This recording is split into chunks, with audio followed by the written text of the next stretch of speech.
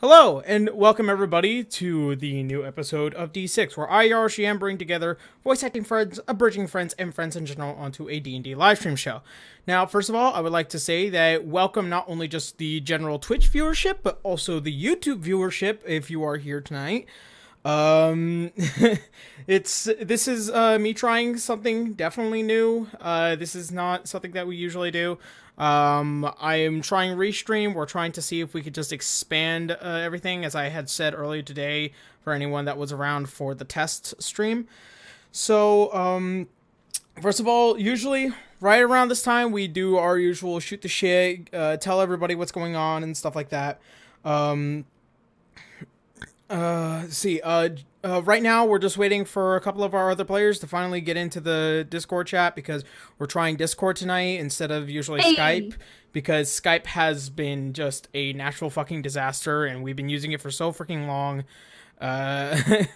And so like, if you feel slightly out of place, especially for the YouTube viewership, or if you are new to just coming to D6 and stuff like that, don't feel bad.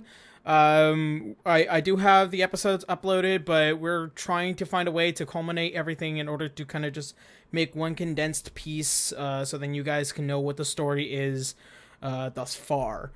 Aside from that, I do want to let you guys know that this show is supported not only just by patrons, but people who often donate. We are trying out this new system. Unfortunately, I don't have a chat set up, especially considering the fact that this is Restream. We're just gonna see what's gonna happen without a chat. Don't worry, I do have 2 pop-outs for chats over on my second screen, so I am very much paying attention to what you guys are saying. And so is the people who are playing this game. They are the mods. We are just trying to get everything working out. Yeah. If we keep going back and forth between tabs, it's fun. I just popped them out and I put them over on the far side of my secondary screen. You can pop out the chats? Yeah, you can pop out chats. Did you not know that? What? Yeah. How? On YouTube and on Twitch? Yeah. Where? It's in the settings.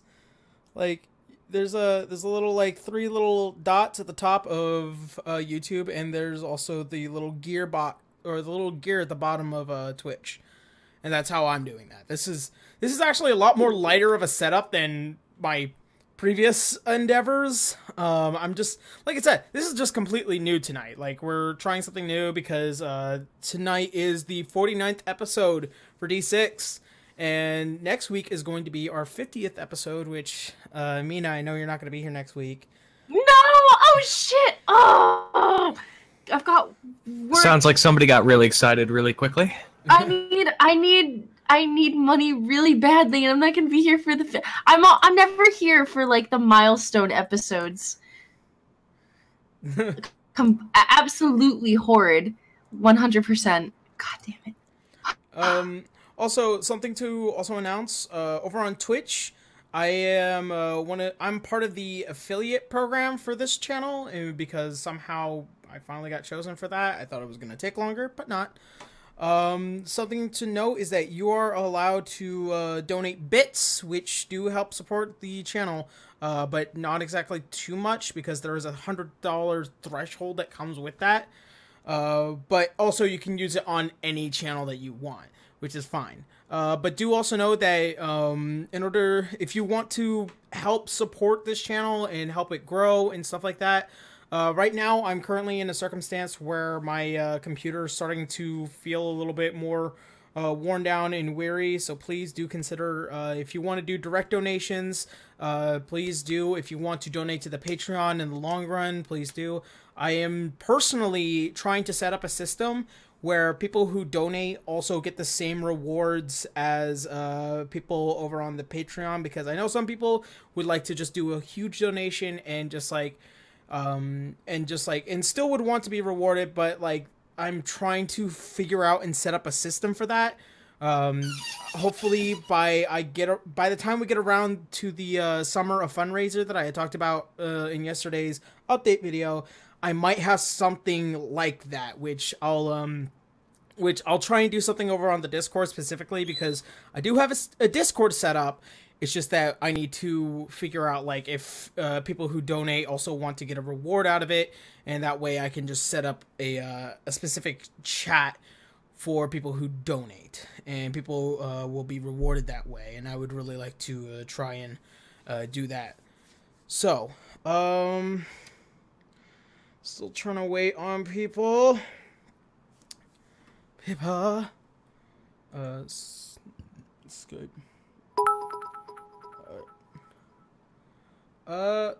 Thank you, Kid Ninja, for the cheer. That's a sound I haven't even figured out bits yet. Like, I'm just so like, what do you do? That's 5 great little triangles right there. Right? Look at them. They look all they look real cute there. They flash and they spin around. Oh, I like them. Hey. I think they're endearing. What? I think I broke Mina. The way that he said it was just so funny. I don't know. I don't know. It reminded me of something, but I can't quite remember what exactly it reminded me of. It's just funny. It's just silly. While I'm having a mental breakdown. That's what's happening. Okay, so while we are still setting up, I'm gonna go ahead and do my general announcements. First of all, yesterday I had done an interview with Bryson Bogus, the official voice of Bel Cranel for Sentai Filmworks dub. If you guys want to go check that out, the video is still up over on my Twitch. I know eventually I'll be getting around to editing a lot of videos. There's just so many things that I still have to edit. Like, I got to edit sound effects for Fat Dog Studios. I know I still have to edit Mina's demo reel. I have to edit a lot of things. But I know by the time, hopefully this month, I might have something. I'll have the section of the Fuck, Marry, Kill section with me and Bryson. It's a Dama-May version of Fuck, Marry, Kill. You guys hopefully will enjoy that. And probably we get to see a couple of the questions that I had asked earlier about like his experience as a voice actor and stuff like that. So if you guys are interested in something like that, I really do hope that you guys enjoy something like that. Last night was really fun with him and all that fun stuff. I'm really looking forward and hopefully maybe doing more stuff like that. I have plenty of friends who have gone professional, and I would love to sit down and take the time to talk to them about these kinds of things. Okay, so the second thing I need to announce, I think I talked about the I still need to get rid of that. The second thing I need to talk about is what is this? Which one is this? I think this is preview. Yep, that's the one. I need to get rid of that one. There we go. Alright, the second thing I need to talk about is How to Be an Adventurer Episode 6, which I'm pretty sure a lot of you are relatively interested about how that is going. So, Episode 6 has been written. It's been written for at least 10 days. The episode I hopefully will be trying to work on this month. I am collecting voices. I know I have a few lines that I need to get from Yumina. Awesome. I'm currently going through the auditions that had been put in for Welf, Take, a couple of extras, and also the recasting for Mamma Mia. That will probably be done this week in hopes that I can just turn around, get them recorded, and we can just put them out there, or get this episode out hopefully mid next month. I want to say. I'm never really sure about that, but if it's not going to be next month, it will definitely be released in August. In light of that, another series that has already been finished being written, we haven't gotten any of the voices in yet, is How to Be a Soul Hunter, we are currently we have it written. We just haven't currently gotten any of the voices. We've all been pretty busy, and also Quiz Guru is equally as busy. I don't know when we'll be able to get him to edit, but I did have a conversation with him. I'll be editing the next episode of How to Be an Adventurer. He'll be editing How to Be a Soul Hunter, but just keep in mind, like, he is a busy person. I'm just trying to get things to work out. Let's see, other things that I need to talk about. Let's see, I think I might be coming out with a skit relatively soon. It's been filmed for a while now, but like I need to get around to actually getting the ADR done. So once I finish getting the ADR done with JJ, then I'll be able to post the skit. It's a meme video. Keep that in mind. I love doing memes and shit like that. But hopefully you guys will enjoy the situation that I had made for it. Hey Greg. Hey. Let's see, other things. I'm trying to think of everything that I can possibly talk about right now immediately. Shit. I think that's pretty much it. I think that's pretty much it for me for right now. We got about another 18 minutes of announcements and still getting people to come in. Just taking way too long. Yeah. They're coming, though.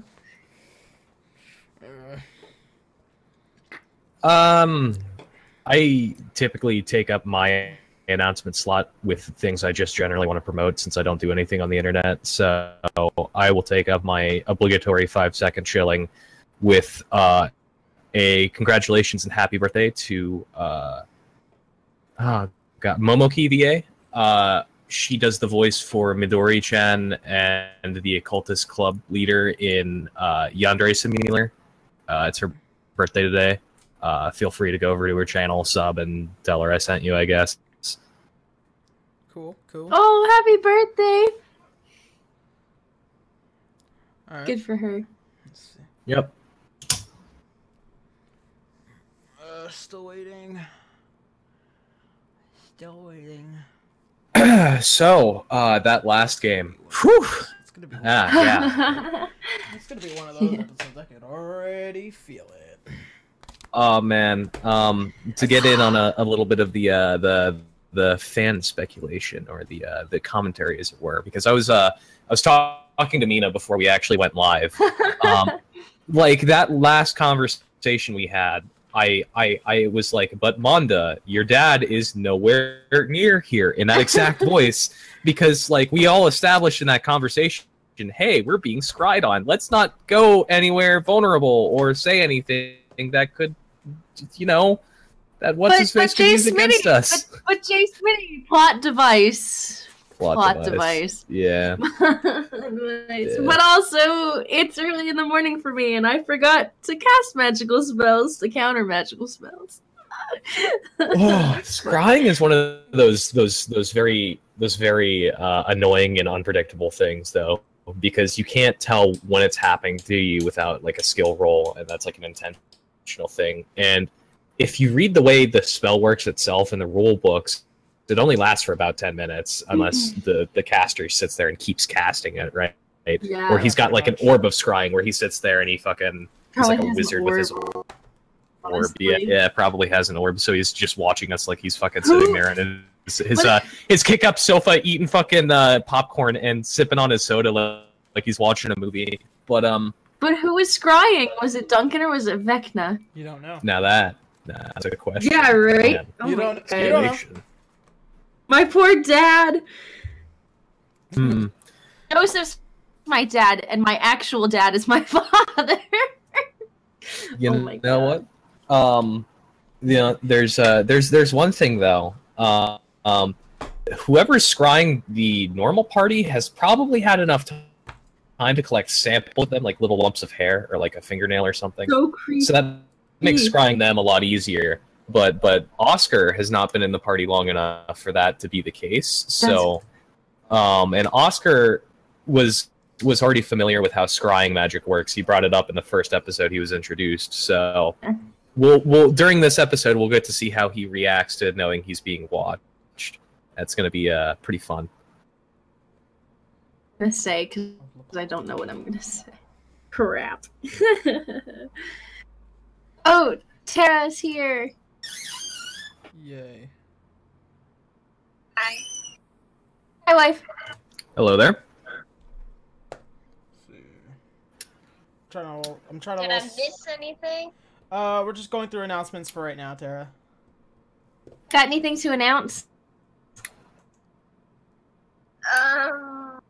Well, new episode of Off Grid, the Stickbot thing was released on Stickbot Central, in which I played Tammy the Fox Lady with the giant ass gun. Yeah, you want to know what? Like, I love how like the entire fan base went from, yeah, like I don't know why all these anime girls are in freaking Stickbot, and shit like that, to oh my god, I love Tammy so goddamn much, in the matter of like a few episodes. Tammy is like Moon's favorite, so. Well, Tammy is my favorite too, so. Aw. That's because Tammy's the best. Tammy is best girl. I'm not sure what anybody's talking about. For those over on YouTube or those who want to go check it out, Stickbot Central, Off the Grid. Posted that yesterday. It's usually a channel mostly for kids, but you know, Moon tries to do his best to adhere to a lot of audiences. Let's see. Oh, also, I need to test this. I need to know if the volume is okay for you guys. That way. Do you guys ever hear the story about that Hey Kids YouTube channel? It's like this YouTube channel that would play like the weird Flash game with like Disney or like Marvel characters, where like you would end up doing really disgusting or creepy things. Like there was one where like you're a dentist and you're pulling out teeth, or like. Is that loud? Or is it... It's not coming through unless you're speaking. Shit. That'll be interesting to work with. So it's not loud enough to where it's coming to you guys. You'll have to keep turning it up if we're to hear it. Shit. Fucking figures. Let's see.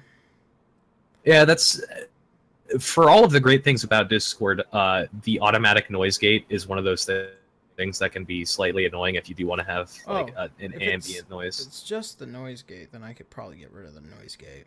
That's what I thought it was, because I could hear the music, but it was a little quiet. And when you were speaking, I could hear it. Like that was the only time I could hear it, but you were also speaking, so. We'll get rid of the. I can get rid of the echo cancellation, or the echo cancellation's the thing. Let me see. That might do it as well. Yeah. Let's see. Mm. All right. I think I fixed it. Let me try now.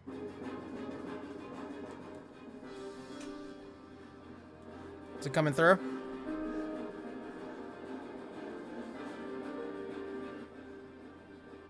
Hello? Hello? Is it coming through? Nope. Are you sure now? I heard the tail end of something when you said, "Are you sure now?" But I didn't hear it specifically. I am also just going to turn everyone up because my Discord is always a tiny bit. Hey, turn up. Hey. Yeah, I'm like I said, this is all just trying to get everything set up. We still got about another 10 minutes before we really get into the game. This is fucking annoying. Nice person.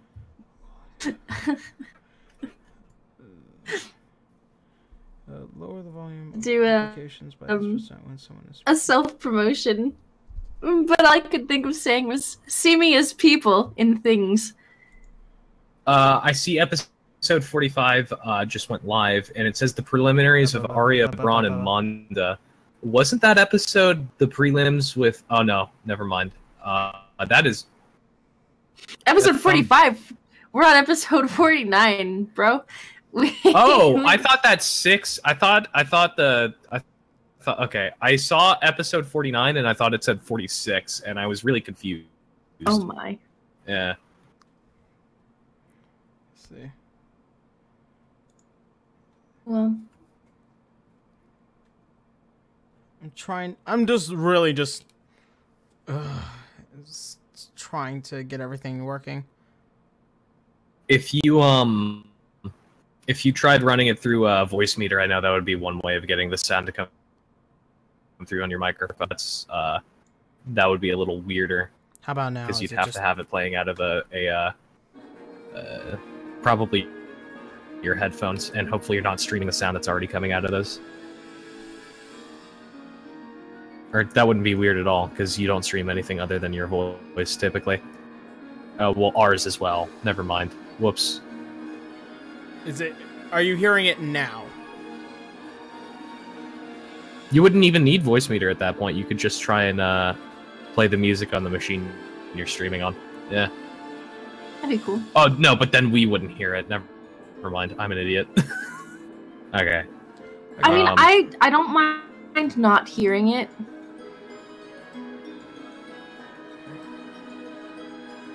Well, the question is, but do you guys hear it now?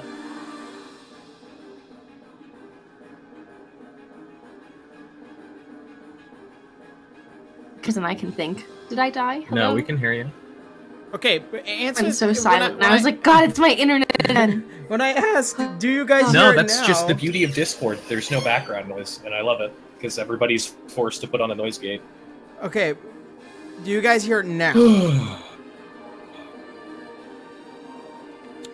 Do you even hear me? Okay. So... 14 and a 17. Ah, Christ. Yep, my D20s are working. Ah, Christ. Let me just... Can you hear me now? Did I just get called a loser? Yeah. Alright, how about now? Do you guys just hear me? Yeah, we hear you. Alright, But so... if you're playing music, I do not hear it. Okay, I hear that. Oh, there we go. I can hear the music now, yeah. That's good. Alright, so, problem solved. Okay, cool. Okay, so, check. There's a lot of this I'm just gonna have to end up cutting out and editing. Fantastic. Doc, I would love a production guy. It's just not something that happens.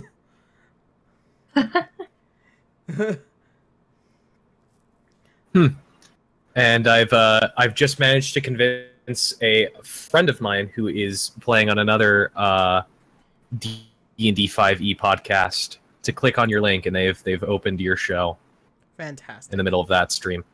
Yeah. That's great. Keep in mind, you guys. I wasn't talking to like the stream. I'm talking to my players. Let's see. Okay. Let me see. All right. Now we're just waiting on Hawk to finally come in, even though he said he was gonna be here in about a minute. He's coming. Something came up. Oh. Okay. Oh, jeez. Ah, jeez, Rick.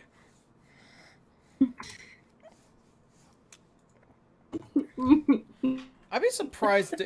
Morty, you just gotta shove him way up in your asshole. What? Morty. Oh my god.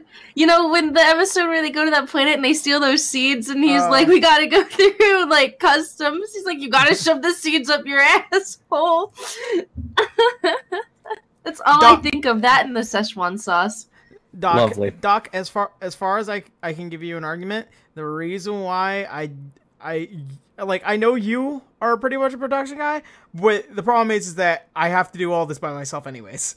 There is not a space to where I can just have everybody control literally everything without me having to be there. Like, this is just something to keep in mind over on the stream in general. I am the showrunner for a lot of this.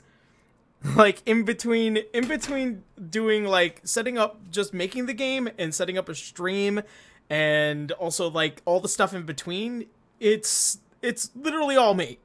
Literally all me at establishing all of this. I just have people come in and sandbox in this world. If that's a proper term to use. Yeah, never in the case am I not doing anything on the show. Aside from art. Like, people just send art. I would like more art, please. Is that something we want to talk about on stream yet? Art? Because I know showed the players something related to art, and I don't know if that's something we want to talk about. I would like art that is related to the show.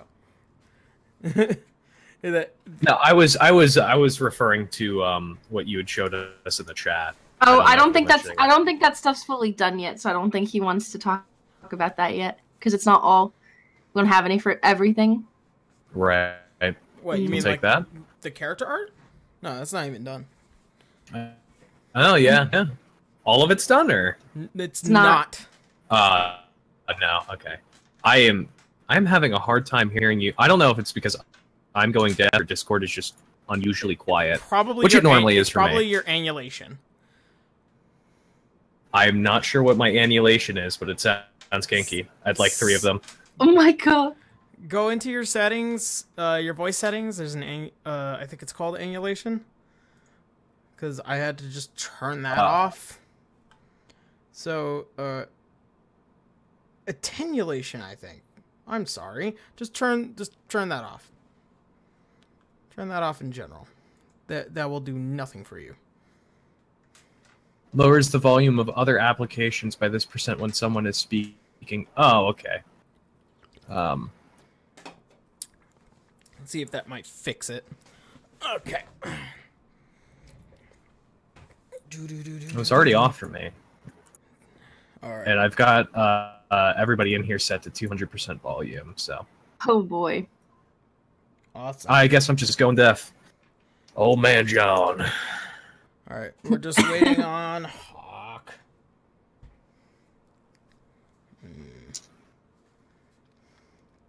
Just waiting on one more, and then I could just get into the game.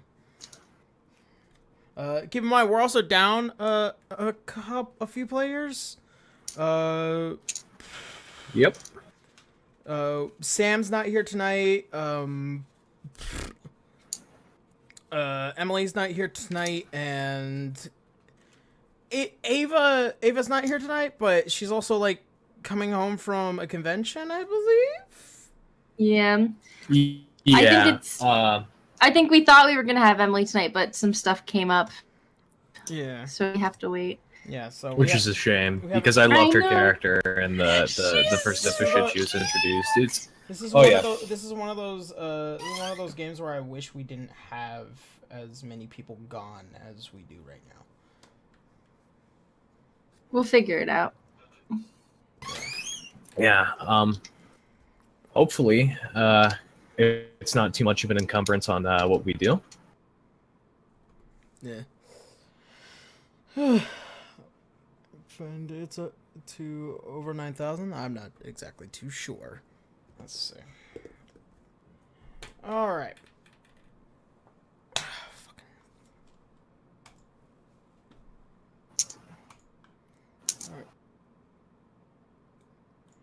There we go. Oh, hey look guys. At that. Didn't think we were gonna have you tonight. There we go. Actually, you're not gonna have me tonight. I'm just stopping by for a bit. Just wanted to say Akon was a blast. I'm sorry. I'm actually out.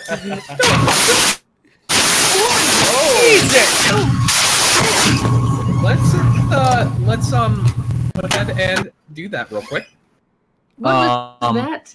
I've muted her microphone. Eva, I just wanted to let you know something has gone horribly wrong with your mic, and it has nearly deafened all of us. Now I'm already deafened, so it's no big deal. Fuck. But I'm gonna ask you to go ahead and take a look at it. I'm gonna give you another 10 seconds here. I'm gonna unmute you, and hopefully that will have been fixed by then. Otherwise, I will go ahead and mute you. Nope, she's unmuted.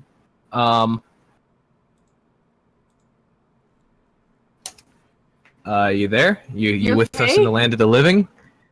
You're not hurt? Okay, okay. Is that better? That is much better, because I'm not sure what happened, but it sounded like crash. Something was stabbing into your phone.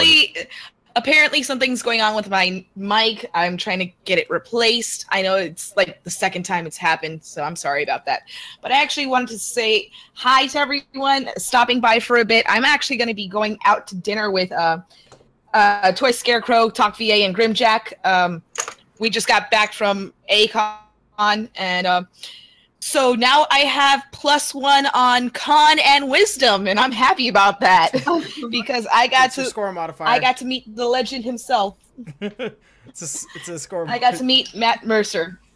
So God, there we go. I was really hoping those would have been bigger. Honestly, the heart and the piece. Let's see. It's like there's a link in the. I think it's because he's not in the. He doesn't have the moderator role. Hold on. Yeah, it just counts him as online, not as. Yep. Oh, no, guys, I have to jump out. Bye, well, it was amazing having you. We hope to see you again next week. I will be back next week. You guys just look out for that. In the meantime, just enjoy. And please don't let Alana do anything I would do. Please, for the love of God, control her. Keep in mind, I'm juggling between like 3 characters right now, so you're asking a lot from me. Okay. Okay, Hawk, for the love of God, control her. I gotta head out, guys. I'm sorry. Have fun. I will talk to you guys later. What? I just got back. See you next week. See you later. Welcome to the stream, Hawk. We just had Eva stop in for a quick moment and say hello before she was going to go off and do more A-Con things with her cool people friends. Yeah. I wish I had friends. Right. Okay, so too bad neither of you have a friend. I can finally quit Skye. Oh man. I have a wonderful wife. We're gonna raise Wife puppies. Is a friend. Oh no, Rarely are they ever. I like how Richard. We're friends with Benefit's already... wife. Hell yeah. You're friends with benefits without the friend part. The benefit We're is friends. We eat spaghetti together. You see, because spaghetti's really rad. You see, your relationship, you should be best friends first. Aww. Spaghetti. Is that what they're calling the carpet these days? That's fine. Only one of you is going to make that joke. It had to be me. I'm vulgar. You'll have to excuse me. Only if you're Italian, like Mina. Haha, fucking the cute. Hey! In this case, Tara's the one doing the eating Mina spaghetti.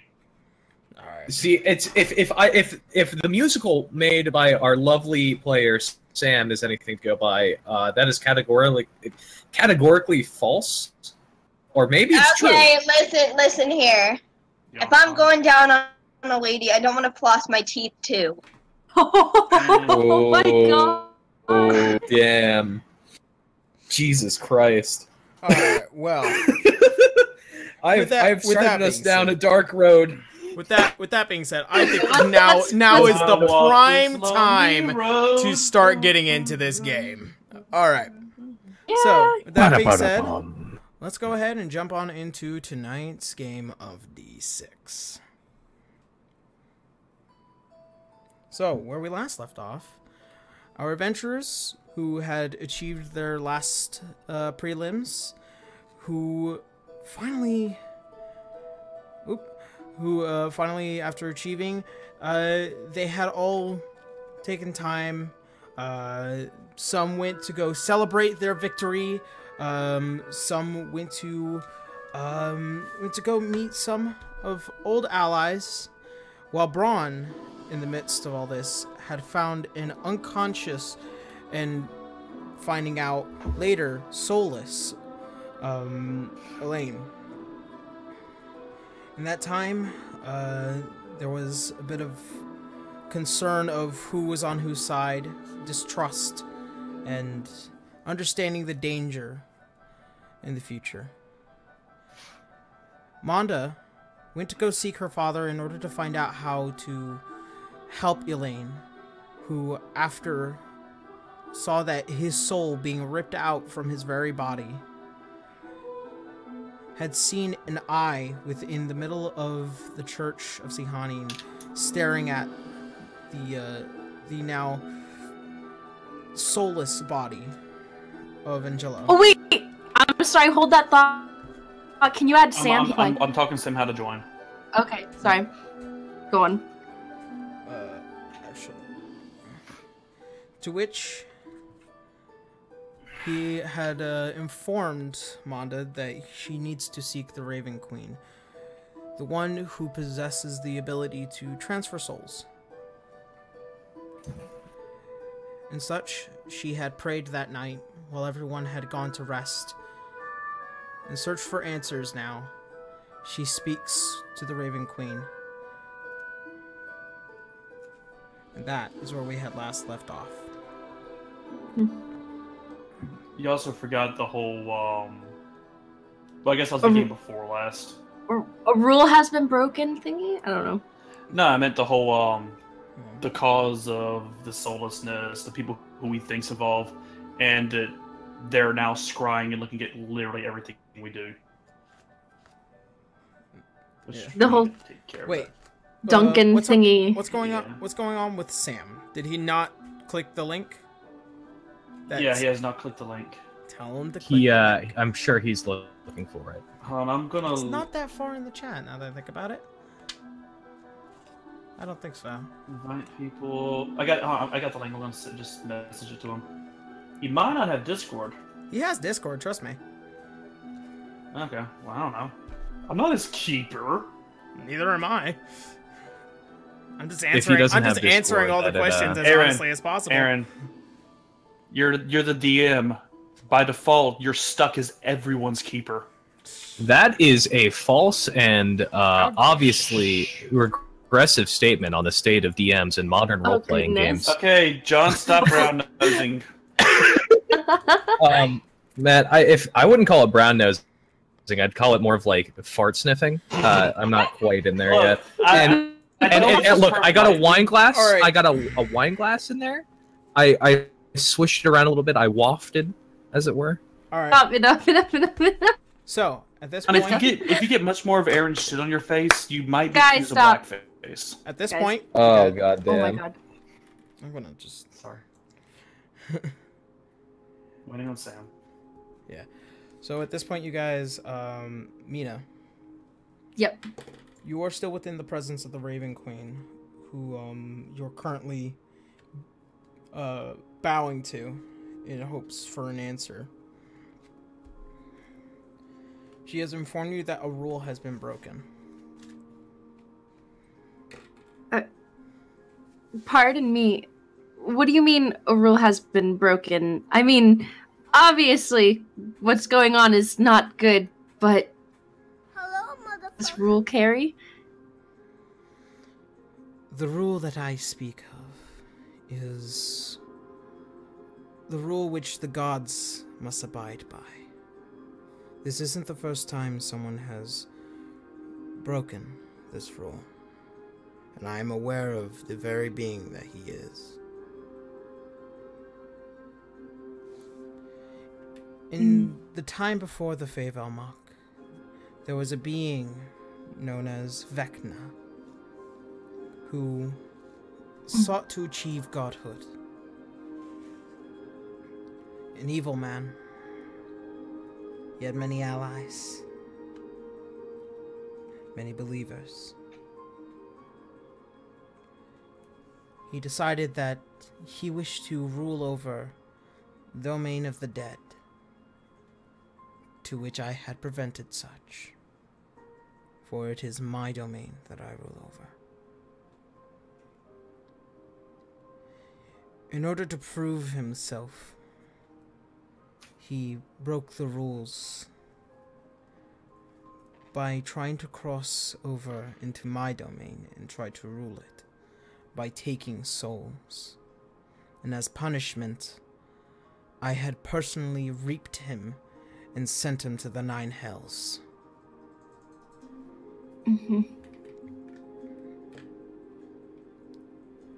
But in recent years, I have come to find that several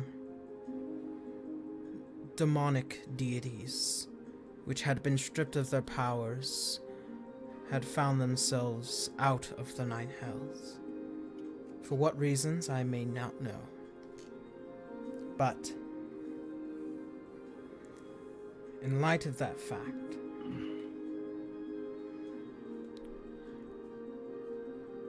I would assume that somebody has found 2 very specific items which has granted them the ability to channel Vecna himself. What would those items be? Before I had reaped his soul, he had removed his eye and hand, and they have been protected by his cultist sense. No matter how many times I have sent my champions to search after these forsaken items, they have always remained elusive.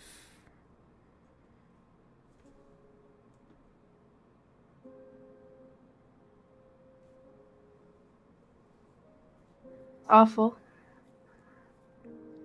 How do we get the souls back? Is there any hope? Manda, I am aware of your being. I'm aware that my sister has had a child, and I am aware that you possess an item of great interest. Yes. Do you know why Sihani never stepped into the Feyvelmark? Why she prevents herself from being a part of the war?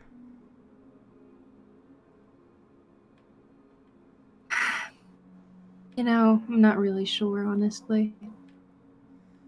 I mean, she could definitely stop it if she wanted to. Is because she has no reason to. Mm. Much like Pelor,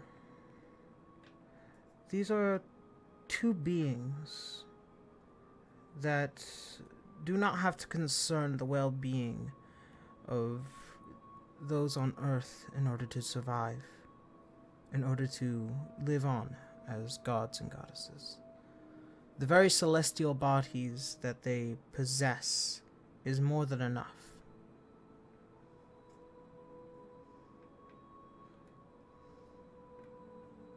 Mm-hmm. However, my domain strives off of the mortal beings. And that is why I find immortality, that is why I find people who try to elongate their fate to be disgusting, immoral, and a blight upon morality. That is why I stepped into the Feyvelmark. Why it was so important to stop it. That many souls, that many lives lost, fates cut short.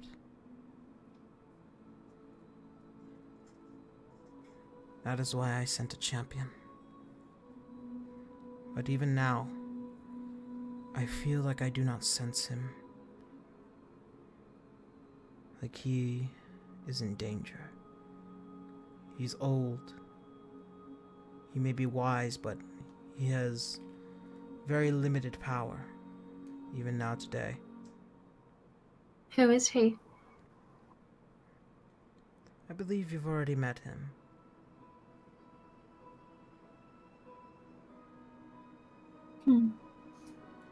He would refer to himself as the Shadow Agent, or Balthazar, as you would all know. Oh.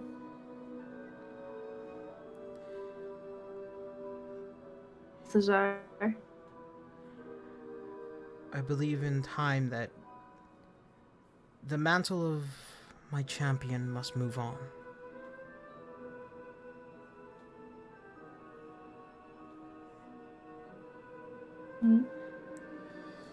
So,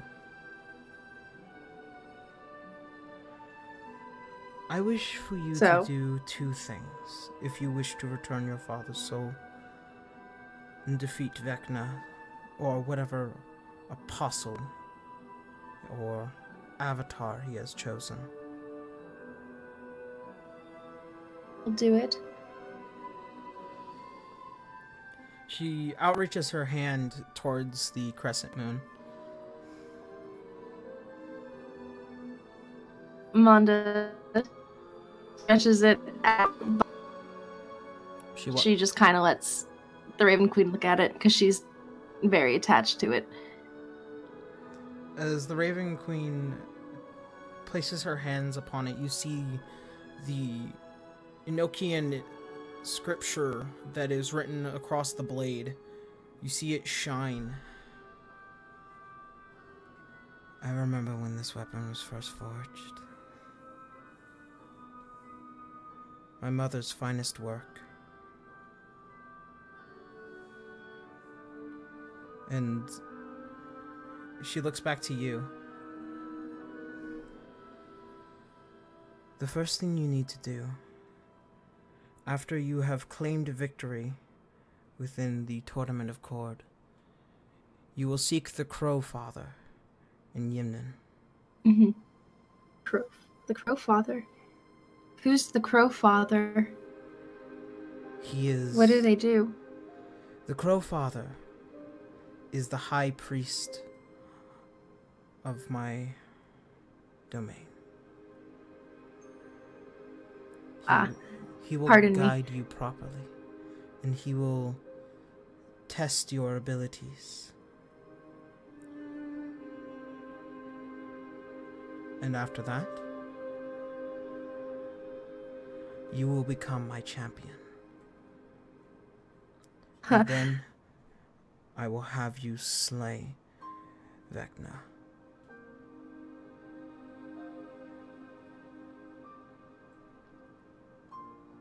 My lady, I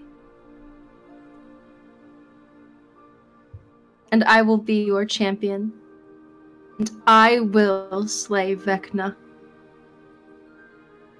And as soon as you say these words, you see the blade become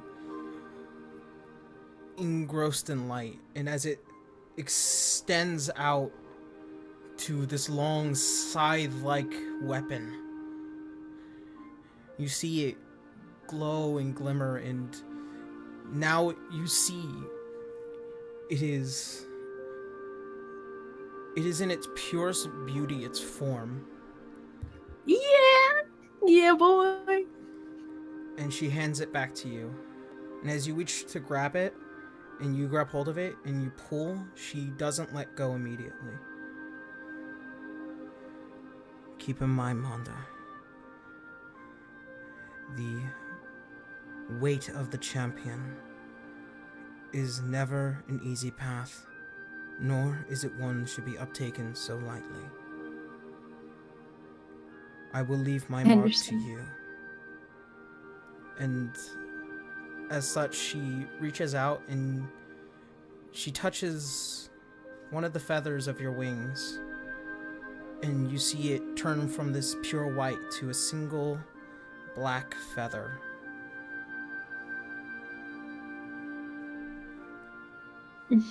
Protect the souls of the human race, and I will provide you a great deal of power. I will do my best.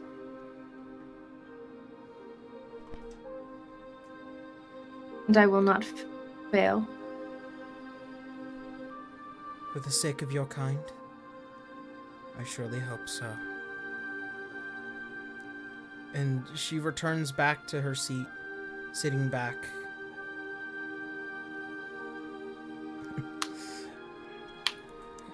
and such, you feel almost like the entire world begin to fade. Much like the feathers, you see it fade. And they fall and they completely whisk through. You are now sitting once again within your room. And you are just waiting for the command of the gods.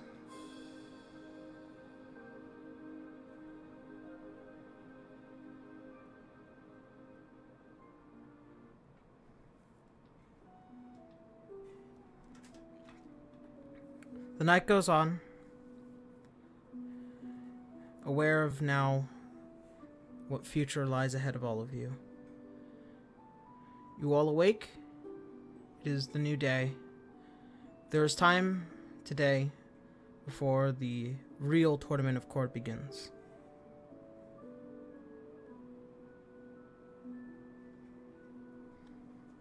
I'll let you guys choose what you want to do today. Feel free. Has all that information been relayed to everyone already, or is that just I know but nobody else knows? That's a decision you get to make. Okay. I think nobody knows right now. Where do I wake up? Because I don't remember where I fell asleep. You remember you had a long night with your current lover. Not a lot of sleep. It was a long night. It was definitely a long night. But you know what else is long? Oh. Yeah, Sam. His Your key. sense of pride, his self-esteem. His long. key. His key point is long. He's got a really long mana bar. Are you trying to spiritually harass me? No. But you might have to get into some like astral warfare. I was going to see first of all if we can get. Kids are calling it nowadays astral warfare. Get yourself a dream catcher. Stay protected. Is Manda back with us? Manda, what are you doing? I don't know. Honestly, I'm gonna say she's had a tough night and she's all tuckered out, so she doesn't probably tell still in anybody her what happened to room. her dad. I mean, I'm pretty sure she's still contemplating life. What if you? Sorry, I don't know.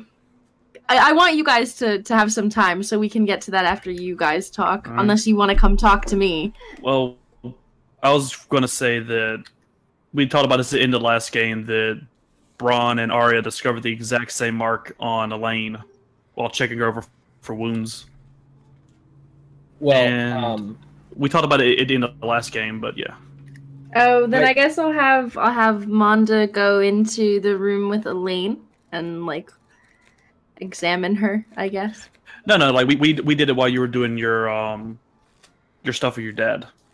Oh, but like Manda didn't see the mark on. Yeah, no. I'm pretty sure I the was mark just- got. So I was saying my segue is I go in to check on her and you guys are there and we talk. Let me make sure I got the conversation yesterday right. Before Manda flew off, it was all established. Three things. One, that not Orcus, but Braun's enemy, who's working with Orcus. I'm having trouble. Duncan is scrying on us.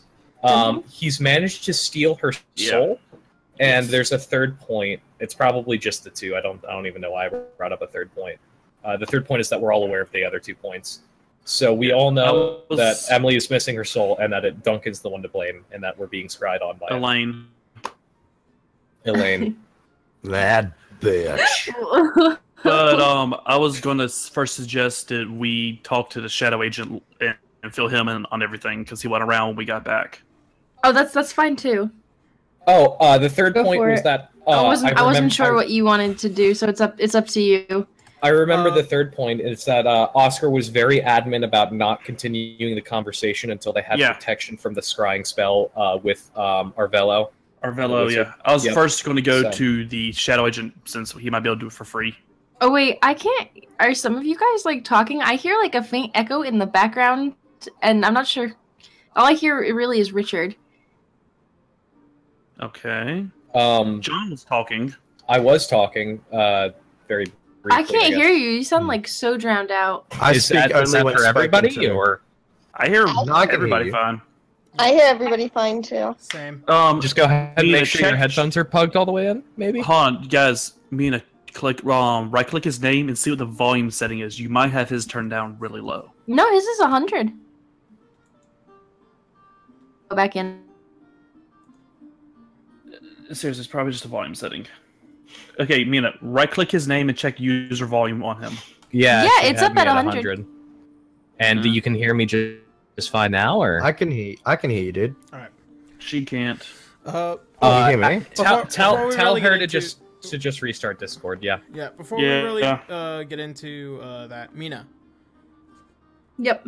Upon Monda's awakening, she does notice that one of her main feathers is completely black.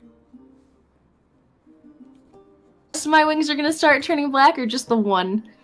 You've noticed only just one. Okay.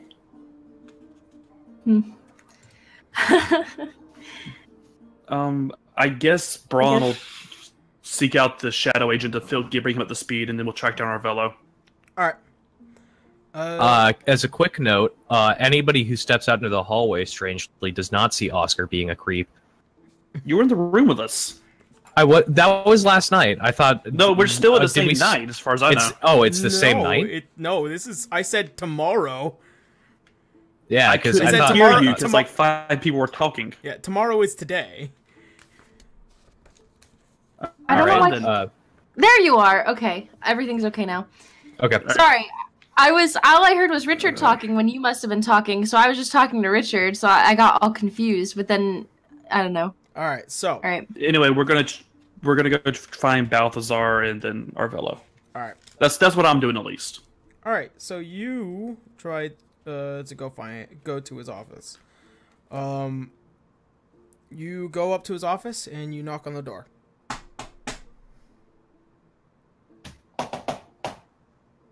No answer. All right, I find his secretary. You try to find her. She's not currently within the building.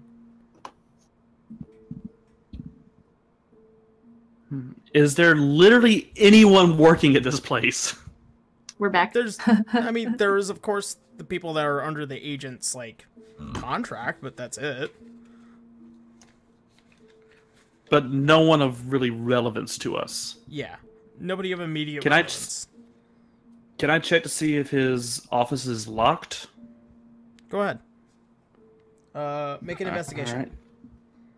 Hold on, let me grab my dice. I should have grabbed this earlier. All my bags for my trip are just sitting. I'm literally sitting on some of them right now because I don't have a chair in here. Let's get the dice out for that. Investigation, you said?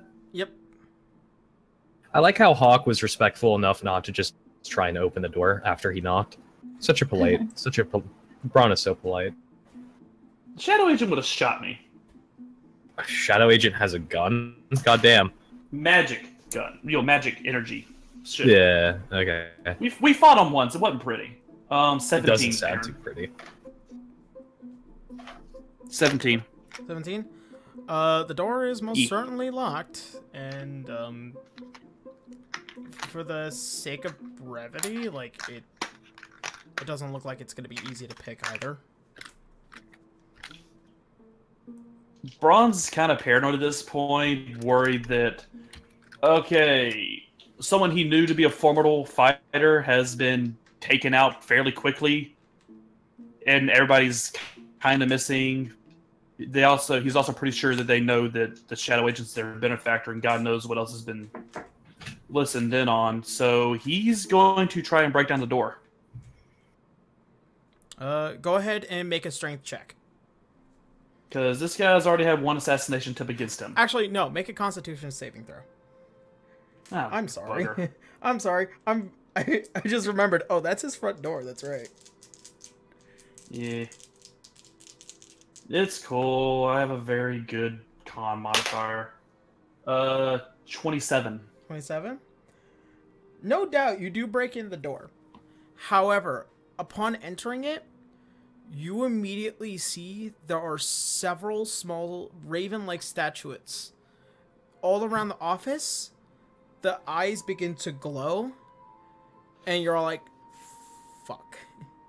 Unfortunately, you also feel a huge amount of weight, as if the gravity has shifted far more down, more than usual, and you just get pelted by these lasers until you are forced to leave. You take 20 points of radiance damage, and you are out of the office. You just cannot get inside of it. Really? On a 27? Damn. But did I see anything in the room? Keep in mind, it was going to be much worse. Wait. Braun is dead. Yeah, Braun. No! We need him. Like, we need him for the fights. Yeah, like keep in mind, I already calculated. I already divided it myself, so you didn't have to worry. Yeah. You notice the office has just not been touched in the past couple of days. Okay. I go to find Arya and suggest that we go to our velos. All right. I also look for Oscar as well. All right. If you knock on his door, then you get a reply. He goes, "Huh? What? Who is it?" Oscar, meet me in my room. Oh, Ron.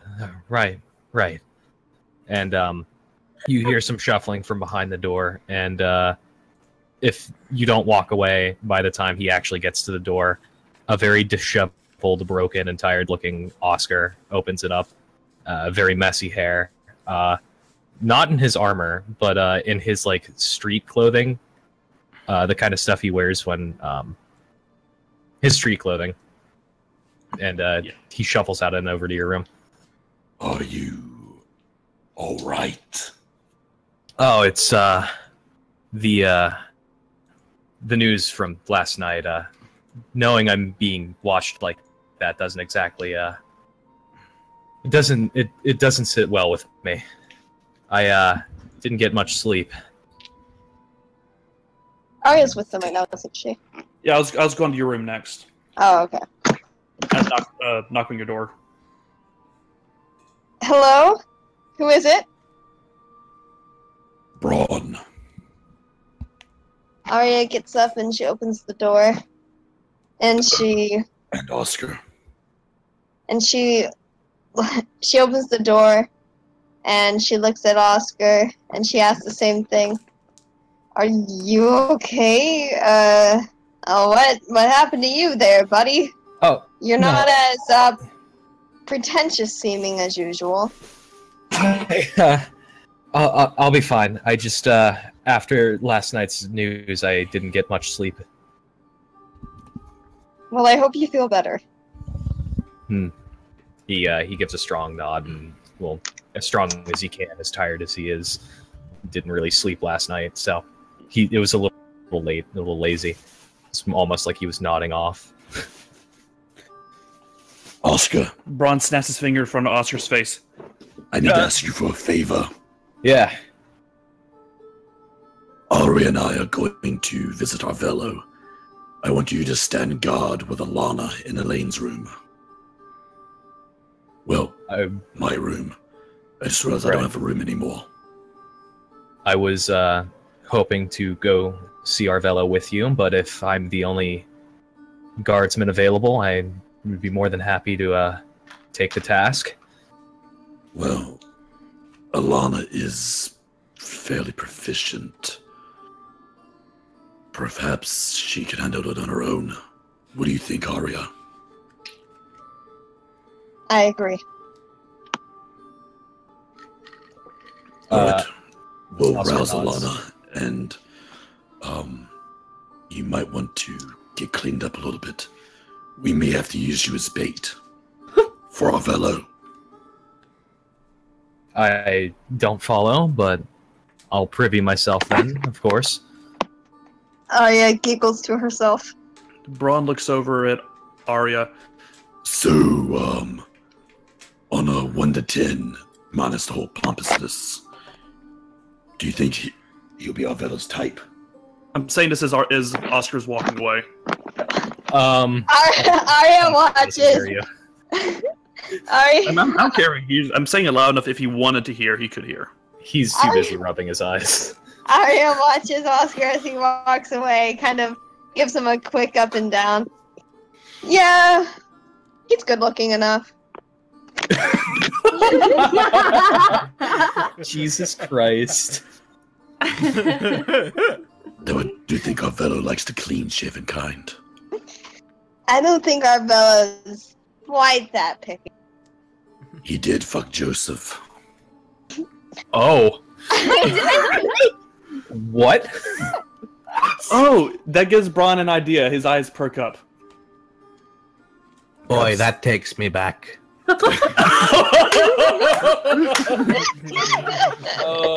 Braun walks over and wakes up Joseph. Is Joseph Hello. staying at the agency? Yeah, he I has was a room hoping here. Joseph might have made it back to his room. Okay. Because I thought he was chained up with his mistress. I would assume Big Nuggets would have just been in the area, doing You have- police work. You have not seen Tiny Nuggets in a while, though. Yeah, I was about to ask about that. That's probably because I'm waking him up. That's none of your business, young man. Braun's just banging on the door. Stop with the voice and open the door, damn it! All right. And I open the door. Are you still Big Nugget size or Joseph size? I'm Joseph size, and I take a moment and I go Big Nuggin size. He's about up to as tall as you are. Unfortunately, he's also much wider than you are. He's basically like the tool from Photoshop, where if you just take the corner and you just drag it over to the side, he just gets bigger. Okay. Just wide. Both wide and tall. He barely fits. Starring Brick as himself. Your Big Nuggins is a thug. Alright, Big Nuggins. Nuggins with a T. Big Nuggets. Thank you. Have you seen Tiny Nuggins?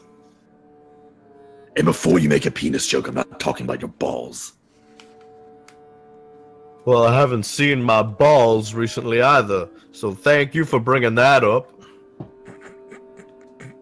Tiny Nuggins. Let me think. Have I seen them? No, you have not. I rolled a 19 on my history check. You try your best to remember. You have not seen you've not seen Tiny in the past couple of days. I do have a +5 in history, so that would be a 24. Does that help? Once again, you have not seen him since the later night of the preliminaries. Second Okay, verse, so- same as the first. Braun, Tiny Nuggins, and I had tea just the other day. He's been seeing me constantly, and I always know his whereabouts. Can I make 2 checks, Aaron? To what? 1, to see if he's lying. 2, to see if he's drunk or stoned on some of that giant kush we got a couple months ago. Make an insight check. It's just one check. One check to answer both of your questions. Inside. 19. 19.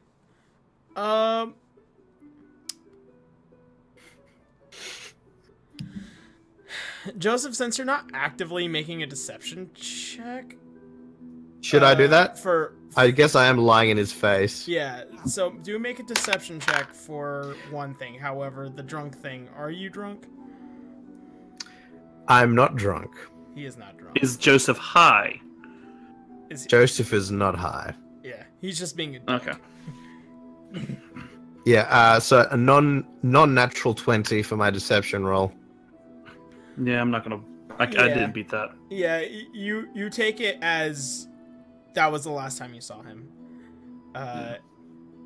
Bron hesitantly believes him because he's like, why, after all the horrible shit that's happened the last day to me, why would one of my best friends lie to my face? Yeah.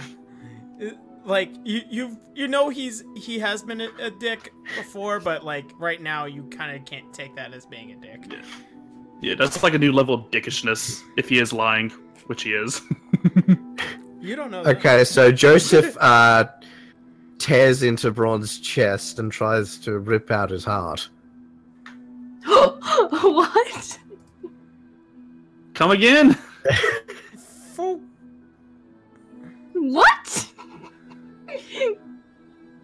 I mean, okay. Actually, probably that's going to be a high roll, isn't it? Oh my god! What are you doing? First of all, no, I don't think I can do it. I'm not going to do it. I don't think I can pull it off. Why? Why would you do that? What? I had a perfect reason, but I don't remember it. Sam, you're high. Go on. Okay. That conversation. You see the bloodshot eyes of Joseph kind of becoming a little bit more bloodier, and you're all like, I'm gonna nope out real quick. And Braun just ups and leaves. Yeah, I'm just gonna back away like I don't know what the fuck's going on. I just had like a flash of murder. Somehow Big Nuggets follows peacefully. Like alternate universe Braun's death just bled into Braun's. For a second, like, no. Alright, so... I thought about it so hard that you saw it too. The other thing, Braun, Arya, and Oscar. You guys intend to go visit Arvello. I think once I'd privy up, I'd stop and say we should bring Mondo with us. Arya suggests to Braun and Oscar that she be the one to go and retrieve Mondo from her room. Alright. Golden retrieve me, baby. Oh, baby. Always. Okay, so Arya, by herself, goes to Monda's room and knocks on the door. Monda is still, like, not ready for life. So, like, in her voice, you can hear her just be like, who is it? It's Arya. Is something wrong, Monda? Slowly goes to the door and, like, opens the crack. Like, she's still, in, like, I guess her pajamas, like, chilling. But she wouldn't open the door if it was anybody else, and she just looks at Arya and goes, I need to talk to you. Okay. Arya, in your immediance of seeing Monda, mostly clothed, wings out, you notice that one of her feathers are black. What happened to your feathers? Feather. I made a deal with the Raven Queen. With the Raven Queen? What kind of deal?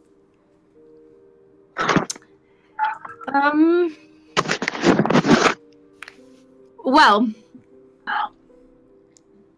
I went to visit my father, and he told me that to help Elaine, we have to stop Vecna. Saw his soul get ripped out of his body. I need to seek the Raven Queen. Burst out crying. So then I went to the Raven Queen. Oh yeah, hugs her. And she told me that in order to stop Vecna, I should become her champion. Yeah, now I'm marked. And I'm going to fucking kill Vecna. Everything will be okay. Arya pets Monda's hair, trying to calm her down. But you can't tell anybody else that stuff right now, okay? So, to get this straight, the Raven Queen wants you to be her champion, and what happens to Elaine also happens to your father? Mm-hmm. Oh my god. I'm so sorry about your father. We'll fix this. But isn't Balthazar the Raven Queen's champion? She said that it's probably time for the gauntlet to be passed. Because he's getting a bit old. I didn't really question it. I just said yes. What want this to stop? Do you understand the ramifications of this, Manda? No, that's why I was hoping you could maybe tell me about the Raven Queen.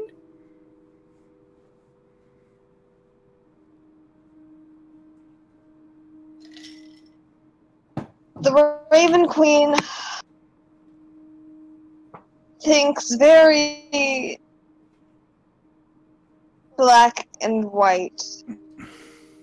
Morality isn't necessarily something that she's concerned with. She just doesn't want the rules of death to be messed with. Which is why she does not like brawn.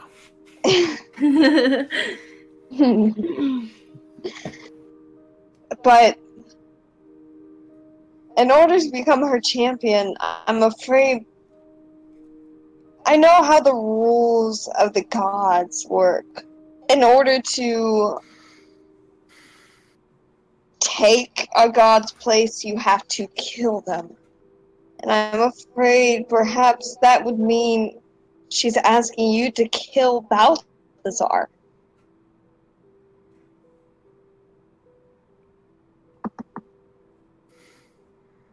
Shit.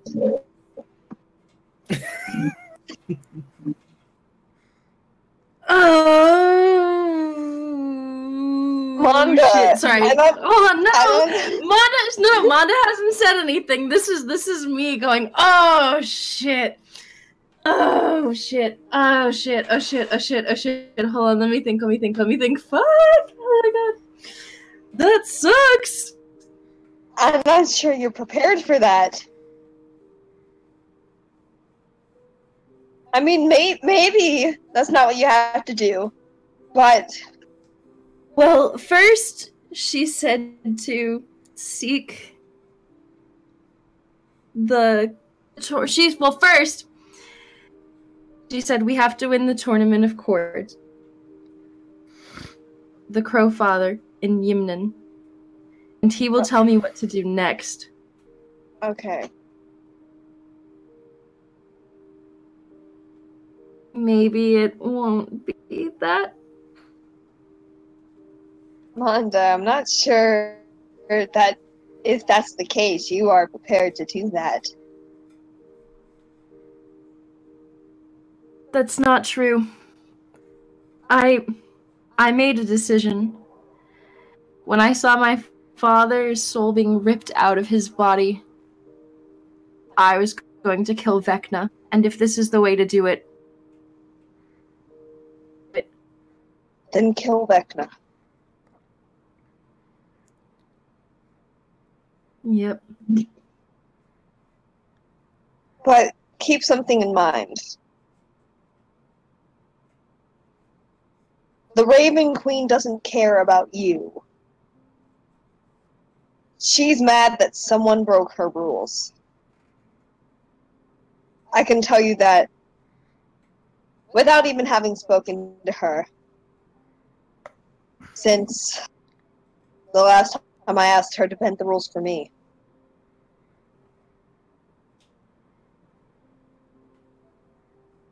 Don't blindly trust her, but do what's best for you.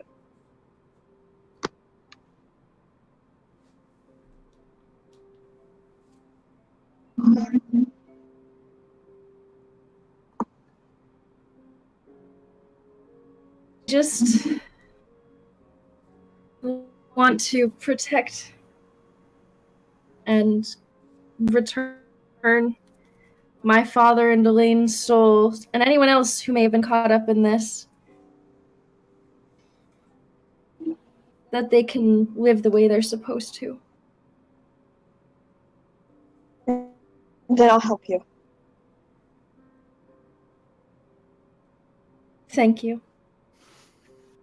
Is there anything else that you needed to tell me?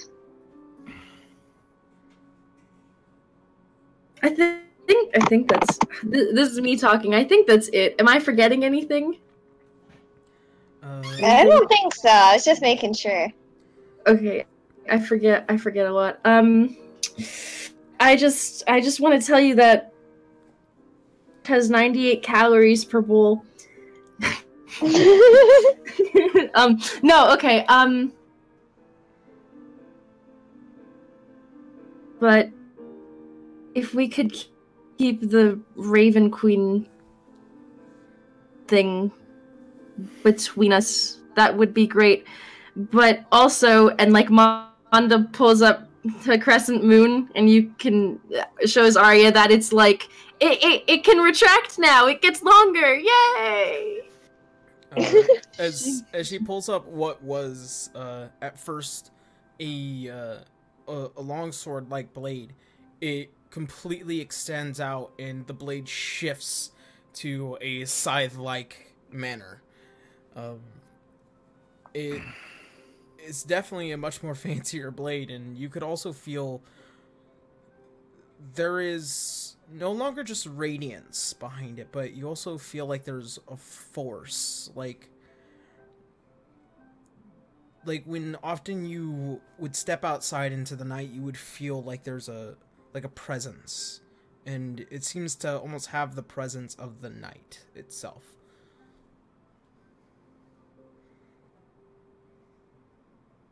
Heck yeah. Braun, Oscar, and I were going to seek our velo. Would you like to come with us? Sure. I'll meet you downstairs. Thank you. And she hugs Arya and says, "Thank you for being my friend." Of course. I'll meet you shortly. Okay. Alright. And Arya exits. Alright, so a lot of you prepare. You do take your time to equip and prepare yourselves for the ever so amazing presence of Arvella Leandrews Donahue. You yes. Sorry, during the preparations, does Braun see the black feather on Manda? Yeah. No, it's I'm wearing my armor and stuff. You don't see my clothes. Okay. I mean, you don't see my wings; they're hidden. All right, you don't see her clothes. Oh my! you don't see my wings. You don't see my wings because I when I'm in the town, remember I have to constantly. I was talking like when we're in the agency. I didn't know if Braun would have seen it. This is I'm keeping this secret from you. You guys would obviously see a black feather and be like, "Oh no, maybe she's going through her goth phase." I don't know. No, she's... Braun would be like, "Oh look, it's like when your feathers is rotting. I'll pull it out for you. Yoink."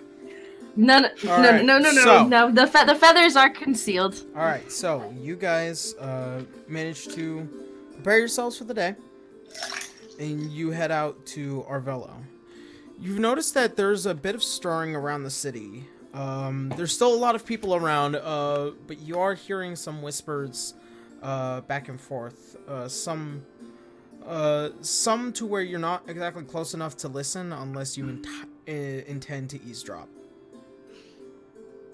Oscar is he did not sleep last night, so I don't know if you want to give some sort of penalty to him being fatigued or exhausted. But he is also paranoid and bugged the fuck out. So if he hears anything, he's like, "Oh, I gotta know. I gotta know. Fuck. You do take fuck. a point of exhaustion. I was going to. I'm not sure how that mechanic works. It's in your character. It's on your character. Disadvantage to ability checks. Okay. Yep. Yeah. Yep. There we go. I was going to ask if Braun could just make a perception roll as we go through the area to make sure that nothing of interest is happening and no one's going to jump us. Alright, go ahead. I'm going to make that perception roll as well. And skill checks are not ability checks, are they? It is. It is. I believe. Oh, Yeah. alright. I'm rolling with disadvantage. Goddamn. Yep. I got a nat 20, Aaron. Oh, I got a 26 total. 26. Alright, and John? Yeah. With disadvantage, I got a 3 if skill checks are ability checks. Alright, you both notice that there is no oncoming danger.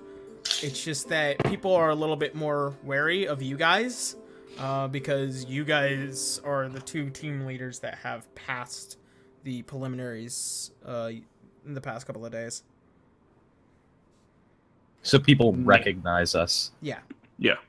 Okay.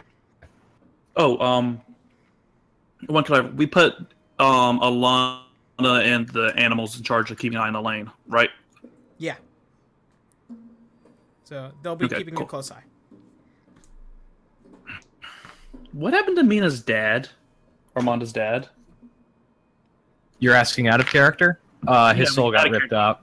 No, Yeah. no. Is his body just like laying in the church? He was taken care of by the members of the church.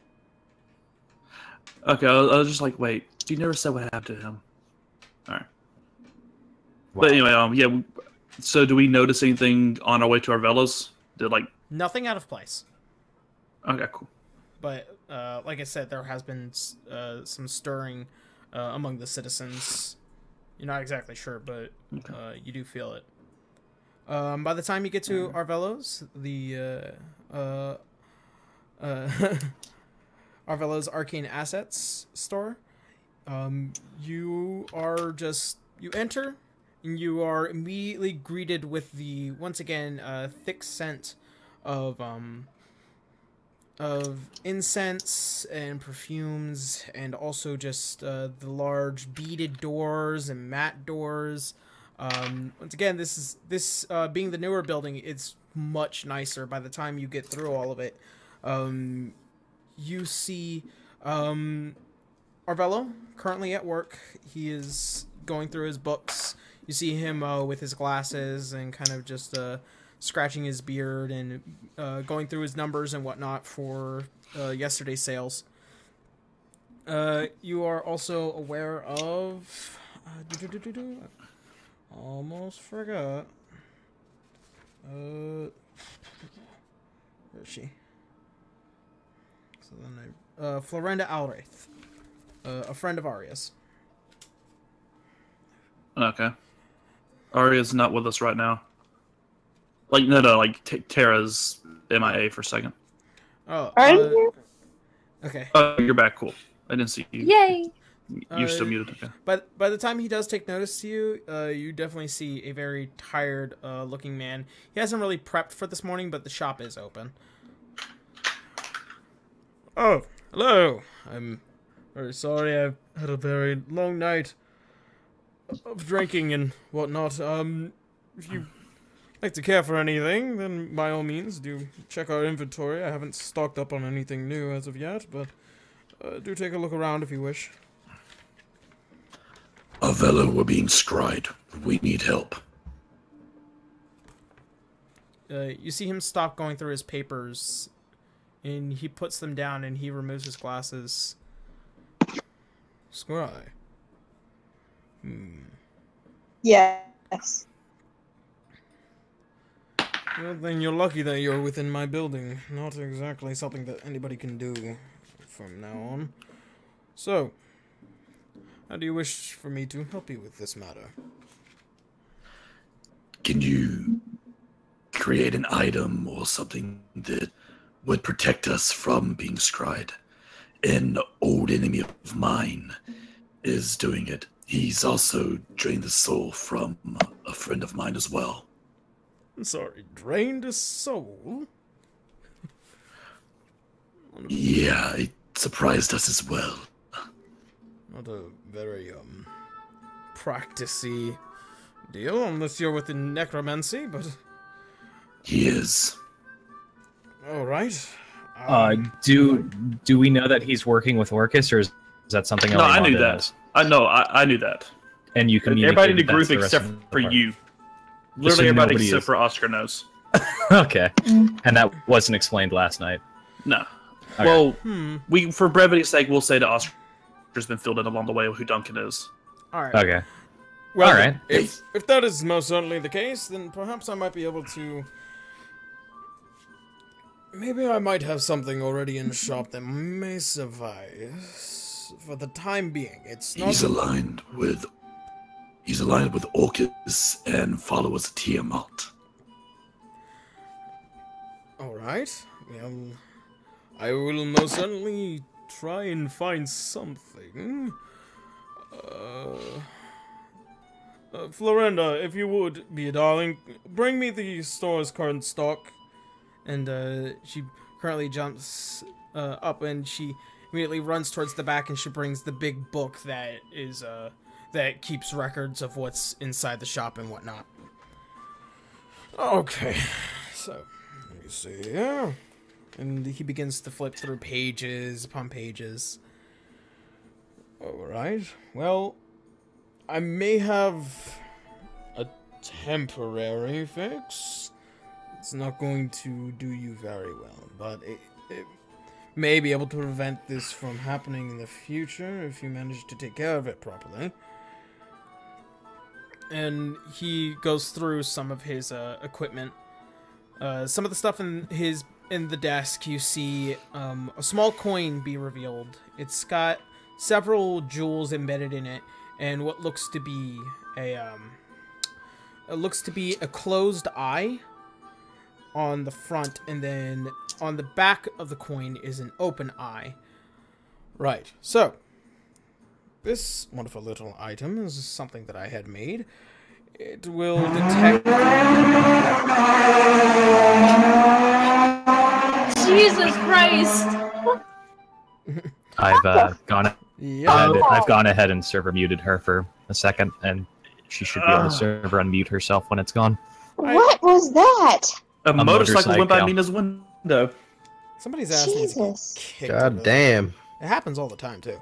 Well, so, Yeah. this little item will do you some good. It will be able to immediately detect if somebody is, magically... Sorry about that, guys. That guy probably had, like, the smallest dick ever. Anyway.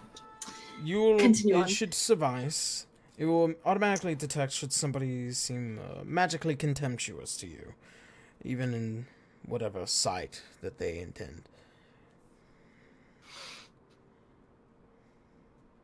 All right. Also, I have another favor to ask. Hmm? Would you want a roommate? She's quiet, doesn't talk much, A roommate? or move. You're not asking for our velo to take her, are you? Is this Ron. the friend you're speaking of? Yes, I feel like she'll be safer here than Then, she is at the Shadow Agency. then by all means, of course, anything for a friend. But Do keep in mind, I do wish for you to understand. Do not let those seeking to hurt come here. They will find themselves in a very misfortunate position. And then I will blame you for it. Well, I mean, we could just leave with the Shadow Agency, but I trust you. Very well. Oh, by the way, this medallion is going to cost you 500 gold pieces. Braun hands it over without even, like, squabbling for the price. Right. He also lays down another 1,000.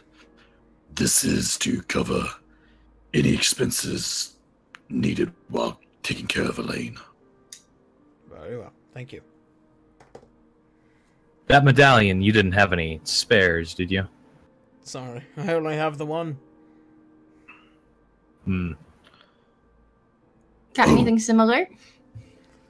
Unfortunately, no, Manda, my dear, and I honestly don't think you'd be able to afford it currently. I'm assuming I'm there in the background somewhere. You say you come with us. Oh, okay. I mean, if he wanted to come, he can come with us. Oh, because Joseph gave Manda money, so at that point, Manda pulls out, like, a bag of, like, 10,000, like, gold pieces and puts it on the counter and says, "Whoa, we're halfway there. Whoa, living on a prayer." Oscar looks out to Manda's bag of 10,000 gold pieces and goes, "Christ, woman, have you never heard of a bank? You carry that much on you?" It was to pay off debt. I just got it. We haven't had the time to go to a bank, okay? People have been sucking souls out of people. That's a good point. To pay off this debt. I need to pay off this debt so Arvella can stop insulting me about what I can and cannot afford. Yeah, that's kind of a dick move, Arvello. I thought we were friends. We are friends. Just because I am a Manda's businessman. poor. We are friends. I'm just a businessman first and foremost. So I think how much do I owe him now? Because I have put some money in the bank, but I gave you 10,000. So now what am I at, like? Look back at my notes. I'm still in quite a bit of debt. As Arvello is checking his debts with Manda, Oscar leans over the counter and he says, "You don't happen to take commissions on magical items, then, do you?" I most certainly do. Of course, they do take a bit of time. Making certain items, like, specifically to where it's empowered by that magic for a long point of time, it's an effort. Right. Then, on behalf of the rest of the party, 5 extra medallions like such you've just given to Braun, or possibly in ring form, whichever the party prefers. Commissions on that would be very lovely. I would also like to personally commission a special little piece of equipment I've once heard legends about. Now, I've not seen one with my own eyes, only had it described back to me. It was described as a ring of arming. It allowed one to store any armor or weapons they had on them within the ring, and by simply activating it, it would appear on their person. Something I'd find very useful, as I don't particularly fancy walking around in my full plate all the time.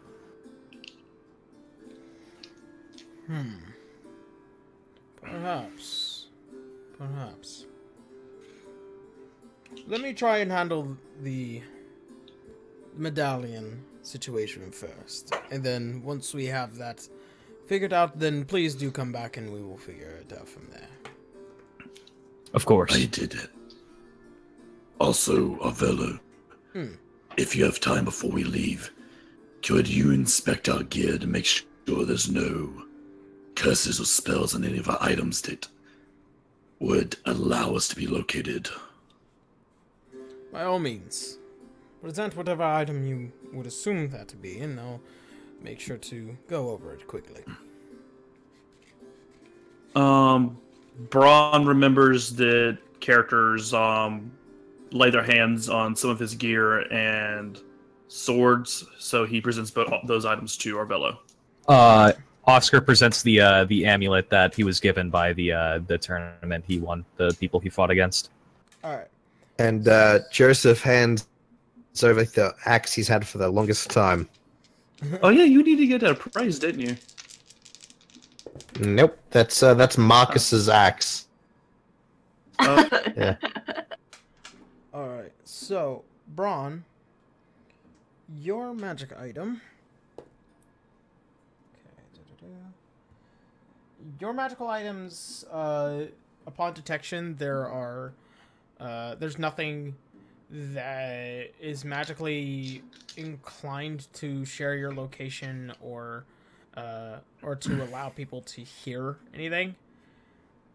The amulet that you have received, Oscar, it is what it says it is. As far as the information goes, even it being appraised.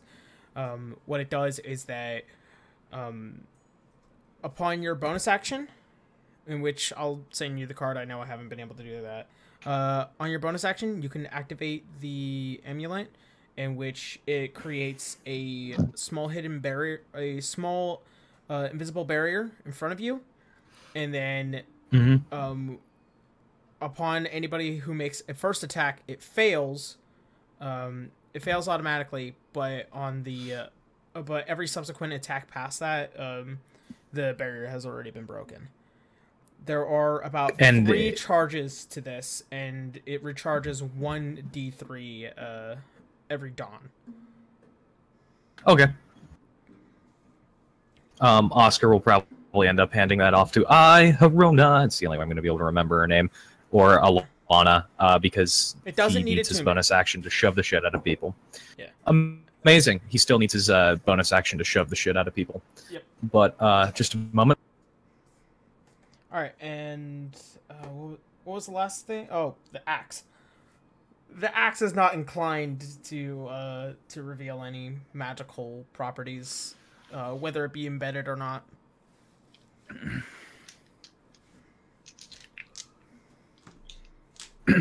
Sorry about that. I had somebody barging into my room. You weren't speaking to me, were you? No, I was talking to Sam. Okay. Sorry, beg your pardon? I zoned out for a bit. The axe is not magically inclined. There is nothing on the axe that is magical. But it's pretty nice, though, right? Oh, yeah, it's still a pretty nice axe. Yeah, that's all I needed to know. I just wanted Arvella to know how nice my axes were since we stopped seeing each other. Alright, fair enough. Alright, so, with that being said, you guys end up paying, you end up commissioning. Let's see.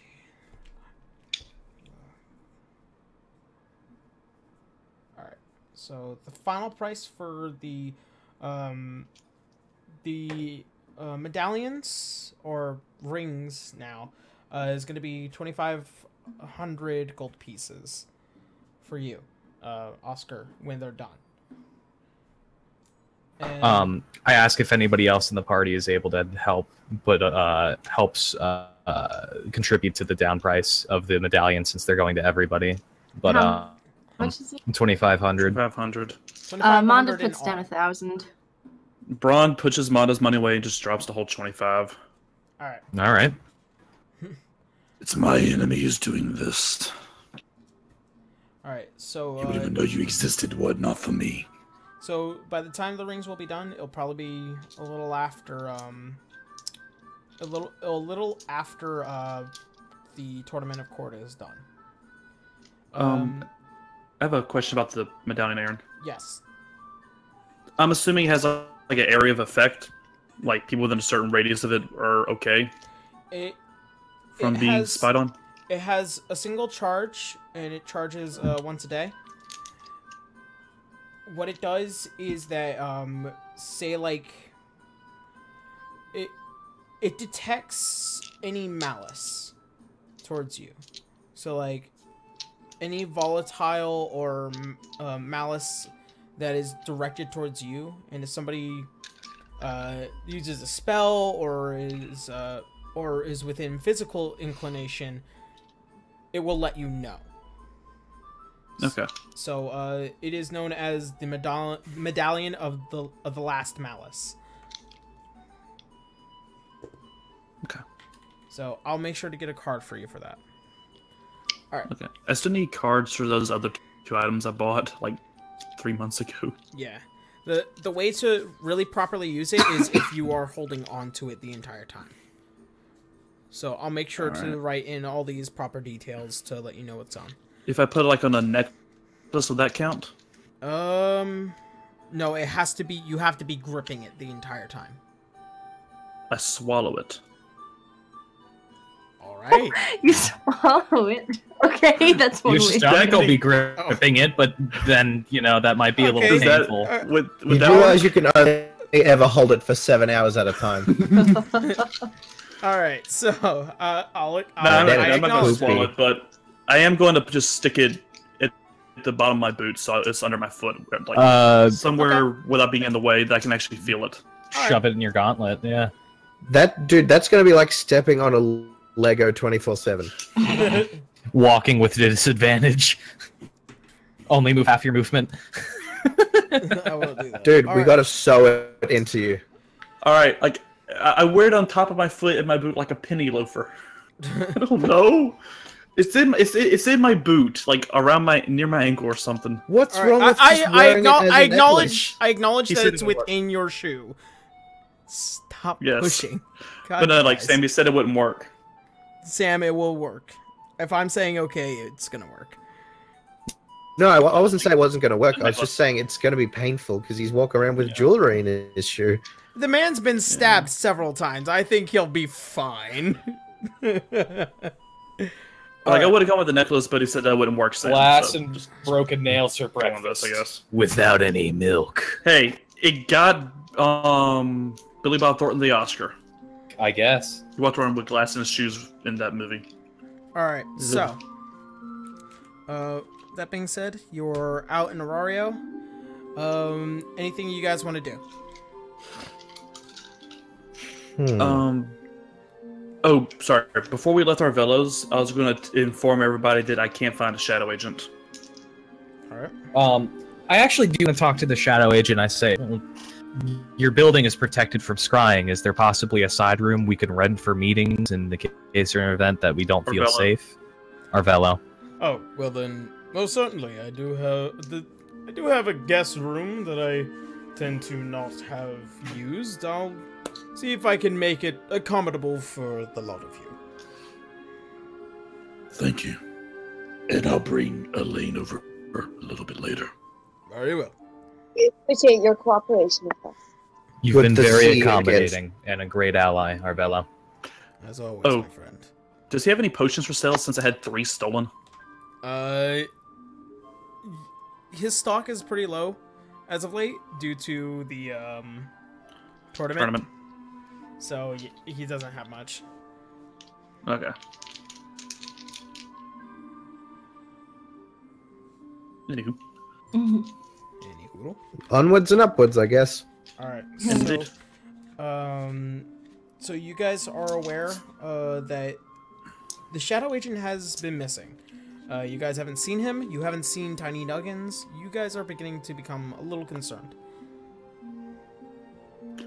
Braun looks over to Big Nuggets. You know, I think we might need a detective to detect this situation. That depends. What kind of situation needs detecting? You immediately see from little Dwarven Joseph immediately go into Big Nuggets in just immediate change. I'm just picturing like a grungy Nor version of Captain Marvel.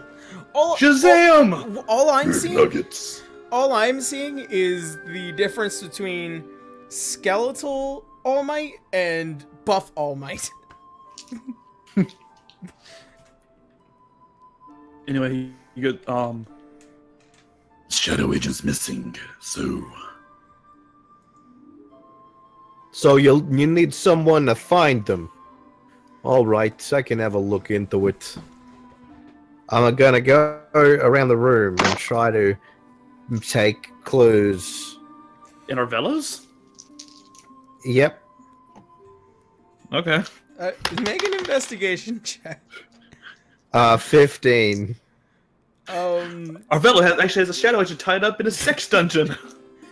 God, no. Oh God. All right, so I've seen that sex dungeon. It's weird. So as you We both investigate throughout the shop, it's a normal shop. Arvello doesn't seem to mind you. You mostly look like you're here to buy something, but there's nothing to really buy that is within that it's either one within your price range or two within your interest. Even through all your investigation, there's nothing that leads you towards or gets you even close to finding the shadow agent. All right, I'm gonna interrogate Arvello. I pull out my badge and I say, "Can I have some words with you, Mr. Arvello?" Yes, by all means. What is it? Big nuggets. You know what I find very funny? You know, when you walk around a place and, you know, you go looking for clues, normally you find one or two. Generally, they don't mean nothing. You know what I find strange? There's nothing here. No clues, nothing. And, you know, the only two places that are like that, one, a really neat and tidy place, or two, a crime scene that's been cleaned up. You got something you want to tell me, Mr. Arvello? Well, I do take pride in cleaning my shop a lot. Shut the fuck up. Listen to me. I'm a cop. I'm not gonna take your shit, Mr. Arvello. You want to end up in jail? This man could not take you seriously long enough. Because first of all, he does, at this point, recognize you are Joseph. And two, he's still laughing at you at this point. He's just like, huh. He's still. I put him in a head. I do that thing where the cops do when they, you know, like put people on the benches, cuff them. Before you could even get over the counter, you are immediately met with being suspended in the air. Oh, surely I can make a roll against that. Jesus. He puts his arms out and is like, Joseph, welcome to my domain. And he moves his finger just forward, and you begin to immediately start floating towards the door. I'm gonna be back with more cops, you asshole! I'm gonna bring the entire force on your ass! It's not like you haven't done that. I'll see you later, Joseph. And he definitely, basically almost like being thrown out, Joseph. You are met with the force of being thrown into the middle of the street in front of a crowd. And the doors and beads just become as hard, like, even harder than stone. Basically, like, steel. Braun, I pick myself up, I start dusting myself off, and I pull out my badge yet again into the crowd. I say, okay, you people better get me something flammable and something fiery, because I'm burning this building down, and I'm a cop, and I can do that. All right, Braun, I guess the Murtaugh to Joseph's Riggs just shakes his head. I'm getting too old for this shit. It just starts walking out, apologizing to Arvello. Look, that was a Lethal Weapon reference. So, best buddy cop movie ever. So you guys dealing with as much as Joseph's stuff as possible. You guys collectively take your leave, and you start trying to find the shadow agent. Braun's also, if you don't mind, I was going to see if we can find Marcus's group, or while we're looking for stuff. Is everybody else okay with that? That's fine. All right. So, looking for the shadow agent. I need you guys to make an investigation. Because Bronze kind of secretly wants to see who hits harder, Joseph or Marcus. Dwarf who hazed him, or the dwarf who sucker punched him. I just rolled a natty 20 in my investigation. Investigation. I have a +0 on investigation, so I have a 15 on investigation for the Shadow Agent. Alright. Assault the Detective, Big Nuggets. Yeah, I rolled a natty 20 for my investigation check. I rolled a nat 1. Does that cancel them out? Oh my God. Bron can tell Monda's a little... Detective Joseph look amazing. Bron just sees that Monda's upset about something and reaches over and pats on her shoulder. You'll be okay. Don't worry about looking, just focus on whatever you need to. Oscar very sleepily rolled a 3 total. I rolled 11. We might need to get the paladin some coffee. Alright. Oh, listen, I'll be fine, you guys. Just, I'm a little tired. It's magic Go sun back to juice. sleep. Okay, so... Sun juice. Oh no, that sounds pretty good. So, in light of Joseph's previous fuck up with Arvello, you guys immediately feel like the guiding force behind him is ever so prominent. Joseph. Shoot. You think it probably best to try and get back to the Shadow Agent's place. And so you guys do. You head up to his office. His door's still broken open. Given a hard look, there is a note on the desk proper. And as far as you can tell, there's something on it that might be important and impertinent, at least towards Joseph. I pick it up and I read it. Before you could even step in the room, you are met with a volley of lasers at the threshold of the door. I believe in myself, and I walk through the lasers. I need you... Before he goes in, Bron taps him on the shoulder. Joseph, Big Nuggets. Yes? Do you have any black powder? I do. This is on the second floor, right? Yeah, it's on the second floor. Can we figure out where the desk is and either blow up or burrow up under it to pull the desk out of the office? It's right above the main entrance of the building. Joseph also has you have mining tools, right? Let me check. I have a grappling hook. You said you had a toolkit that we used to use way back when. I remember you cut through a wall. Oh yeah, in my first game. It broke. Yeah, I have a crowbar though, and an abacus, a portable ram, and an eyedropper. And I feel like we can use all of them together to create C4. Braun just... Okay, can we figure out where the desk's at in proportion to the room? From below it? It's dead center. Okay. So we go downstairs. I'm just gonna put Big Nuggets on my shoulders and have him punch up through it. I'm like, we're both regular sized right now. Yeah. Well, above average. True. Alright. So we can definitely reach the ceiling. Question, should we perhaps make sure there's in no way we can turn off the trap before we destroy our boss's office? Fuck him.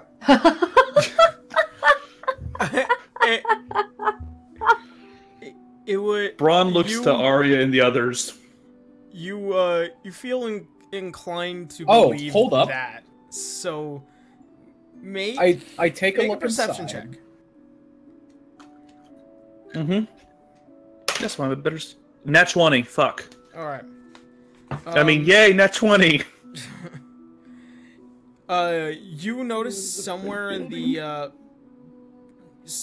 back corner of the room there is almost the size of, if if I were trying to think of the name of it, it's almost the size of a ring, pretty small one, and it's made out of a reddish jewel that seems to float on top of what looks to be a stand, and it seems to be where a lot of the arcane ley lines that go towards these statuettes seem to be. Can I cast Dispel Magic on it if it's made apparent to me? What's the range? Points out the gym to everybody. 120 feet? Yeah. Dispel any magical effect on a creature or object. Yeah. All right.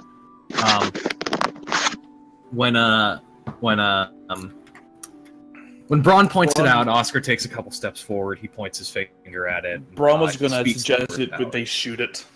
Either Ari or Joseph. Energy or fire blast it. But yeah, Oscar can do that before we do. Either y'all get a chance to act, I guess.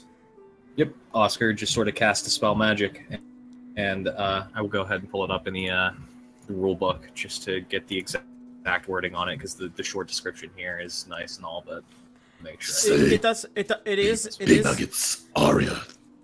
It is magically inclined, Oscar. So when you do cast Dispel Magic, you see the red jewel stop floating, and it just hits and it falls off, and you see as you get closer towards the room, you are not threatened by the immediates of lasers coming at you. Braun just looks lasers. Braun just looks really dejected. I wanted to see Joseph or my girlfriend blow it up. Probably best we don't go around destroying his things. This is only temporary and shouldn't hurt. Someone destroyed the door. I have no idea who. I push the vase. Anything that looks breakable, I just push over. I want to make a dexterity save to see if I can pick it up. I want to make a double dexterity save to trip him as he does it. You'll Probably only get even more expensive. You'll only get to push that off. Make a dexterity save to save it. Okay. I'm rolling with disadvantage, and I have shit dexterity, so I rolled a 6 plus 3, which is 9. So if he rolls higher than that to push it over, I guess. Well, I rolled a 13, and my ability modifier is +5 for dex. Jesus Christ. 20 dex? Fuck. He's a monk. All right, so so you knock over the vase and it shatters across the floor. Inside, you see something, just basically what was supposed to be in there, no longer in there, and it's currently beating across the walls. It's basically like a fly, a really big one, light, magical, and it's not happy in its current circumstances. I try to catch it. I need you to make a dexterity check. Okay, 23. 23? It just barely slips through your fingers as it just whizzes by way too fast. It is trying to get out as it's just basically banging up against the window. Okay, I'm gonna take a potion of healing, chug it, and then use the glass to catch the fly thing in it. Make another dexterity check. As he's busy doing that, Oscar just starts. Oh, God damn it! Yes. Why do we let this guy travel with us? And he tries to go to close the door and realizes it's fucking broken. Somebody's stolen up. Is this like an acrobatics or an athletics check? It's just a straight dex check. Or sleight of hand. Just dexterity. Okay. It's basically how fast you can catch this. It's moving. It's moving really fast. 19. 19. Once again, it just slips past you. Monda, lock the door. No. No. The one time we need you to spread your wings, you won't. Come on. It now reaches towards the windowsill, and by the time it finally does stop, it looks like a very, very small person trying to lift the window seal. I use this. They're distracted, so I try and grab them while they're like trying to lift it. Make a dexterity check. Do I get advantage because they're distracted? Nope. Okay, I rolled an 18. So 18 plus 5 is... What number is that? I can't do math. 23? 23. Once again... That one. Once again, before anything, you immediately try to go in again. She notices you almost immediately and just flies off way too quickly. Braun's just gonna try and talk to her. Can I roll like a persuasion to get her to try and calm down for a second? Go ahead, make a persuasion check. Say my modifier, say... Wow, +8. I don't get to use persuasion often. I'm having a math moment. A plus 27. 27? Yeah. You, speaking in your regular tongue, try to persuade and talk to this, but unfortunately, it doesn't stop, and it doesn't seem to understand you. Bron, I'm trying to use like hand signals, just like to show, like show it to calm down. To the best of your ability, it has completely ignored you. All right, I'm gonna try get a cup out of my bag of holding and make wine out of the flask, and just set it out like as a peace offering, like, hey, something sweet, just all right, just calm down. You take the alchemical jug and you say wine, and it fills with wine, and you place it out. There it is. Unfortunately, this thing is now darting across the room from shelf to shelf, trying to keep it, trying to stay out of your guys' reach, and it's staring at you heavily. By the time you notice, is it making any sound that we can understand? No. I'm gonna try and swat it out of the air. Like I'm gonna stun it. I need you to make a dexterity check. Can someone else try to? I'm actually I'm like I'm attacking him though. Then make an attack roll. Braun looks at others. Can anyone speak Elven or Fairy or whatever this is? Okay, does a 27 hit? It does hit. As you go to try and punch it, you hit it. I'm using a key point to do Stunning Strike, by the way. What's the DC? What is my next DC? It is 16. 16? He's gonna kill the fucking thing is what he's gonna do. As you do hurt it, but it doesn't stun it. As you hit it, and that's Constitution, by the way. Yeah, I did add its Constitution. You hit it, it veers off, and then it hides behind one of the small statuettes on the shelves, among many other things, as it now is behind these 8-9 foot tall shelves. Braun is going to slowly approach it with a healing potion, just trying to get it to calm down. Do you want to see real police brutality? Because you know this is police friendliness. Now you come out of there, or I'm gonna fuck you up again.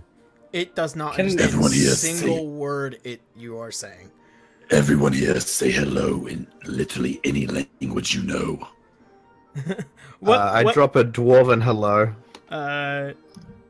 She doesn't acknowledge Dwarf. That bitch.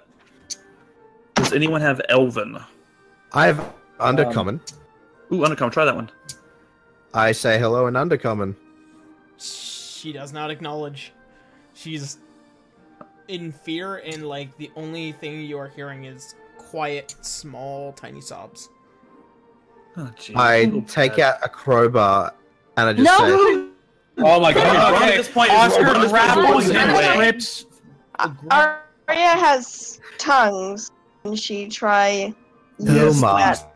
That would be very useful. Tongues would be very great. Right. Oscar, while this is happening, decides it's enough is enough, and he attempts to grapple and trip Braun is physically putting himself between Joseph and the pixie and just throwing Arya in front of him, closer to the pixie. Yeah, Oscar's joining him in that attempt. Just right. calm down, Joseph. You got to break shit. Calm down. Okay. What do you want me to say to her?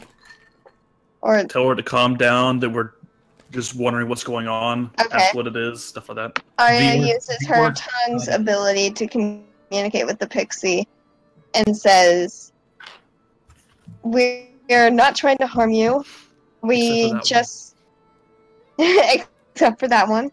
The dwarf does not represent us. The dwarf is kind of retarded. He's not really one of us. Please ignore him. We want to help you. What is going on?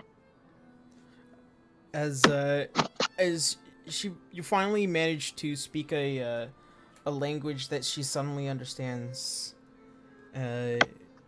She kind of peers over behind one of the statuettes. What she looks like is a small-looking fairy individual. These are often known as pixies. Hey, get around. I'm gonna hand Arya the healing potion for her to pass towards it. Arya passes the pixie a potion. Probably bigger than she is. It does look to be she is fey. She begins to speak in a Sylvan language. Is he gone? Is who gone? I think I missed something. So sorry. The black man. Is he gone? The man in black, is he gone? Balthazar. What's Oh, she saying? he's gone for the moment. Did he do something to you? No. He's scary though.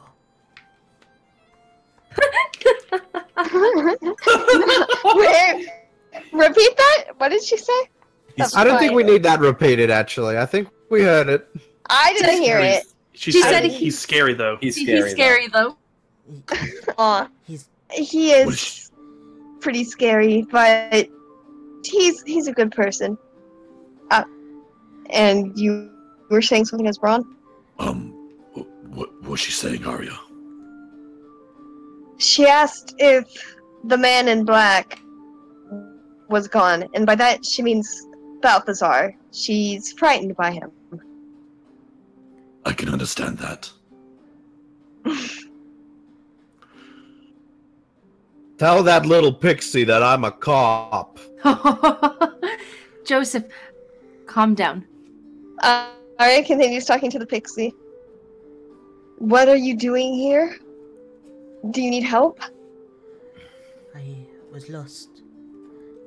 I found myself inside of a vase upon coming to this world, and I was frightened. I was only recently brought here. I was kind of asleep, and then one night when I had awoken, I was within the primaterial plane, and he's the man in black. He's a very frightening being. I just stayed in here and hoped that when he would go away, I would escape. But he accidentally, or I don't know, he put a cork on the base, and I wasn't able to get out. Were you kidnapped, or was this an accident that you were taken here? It is a complete accident. I'm from the Feywild. I simply only came here in search of a very particular item. What are you looking for? I am looking for the feather of a griffin. Aaron, have we killed one of those yet? You have never met a griffin in your life. You've heard about them. Okay. Never met them. Sorry, we just killed a lot of shit over the years. Or year, I should say. Year and a half. Well, I don't suppose that I can help you with that, but I would like to help you get out of here and find somewhere safe or get home if you could trust myself and my comrades. What is she saying? Make a persuasion check. Persuasion check. 25. Ooh. She finally comes out from behind the statuette. You see a dress made of autumn leaves, and she kind of does have this light yellowish glow. She does kind of look a little nervous at the rest of your comrades, but she comes to you. My name. Ron whispers to Arya. My name That is the most adorable thing I've ever seen in my life. My name is Mirel. You cut out there. My name is Miran. My name is Arya. You are a very, very kind individual. I've never seen a person like you. No matter how demonic, I've never really assumed anyone to be a bad person. I'm fiendish by blood, but not by nature. That's very good. Oh, he thinks he can judge people just by looking at him, huh? We can't understand her. Crowboss! We can't understand her. What are you going on about, Joseph? Just calm down. I don't know. I don't know how to speak their language. I must apologize. I do not know how to speak your language or their language. If it doesn't matter what he's saying, ignore the dwarven man. If you truly need translation, of course that I could help you.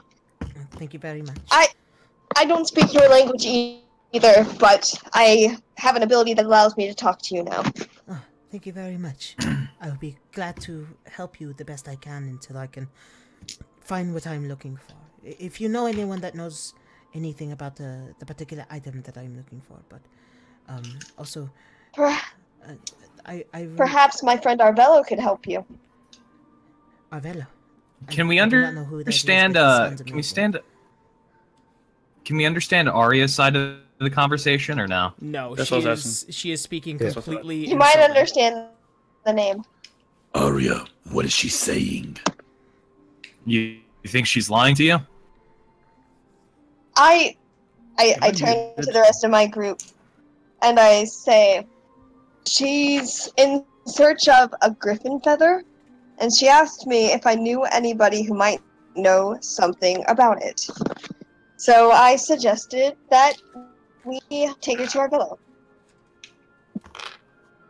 What's the name? I forgot the name already. No. Mirel. Mirel. Her name is Mirel. Arya, have a request. Yes. Can we keep her? She's beyond adorable. I like small, cute things. Oh, trust me, you don't want to keep anything from the Feywild. I'm sorry, Braun, but the only person that's got dibs on that little fairy is Mr. Crowbar. Oh, no. Joseph! Stay away from her! Mirel immediately hides behind one of your horns, Arya, as she does not immediately like Joseph. And she whispers into your ear, that one's a little bit of a violent. You're not gonna show the police any respect? You think I won't go for you up there? Because you're behind my friend?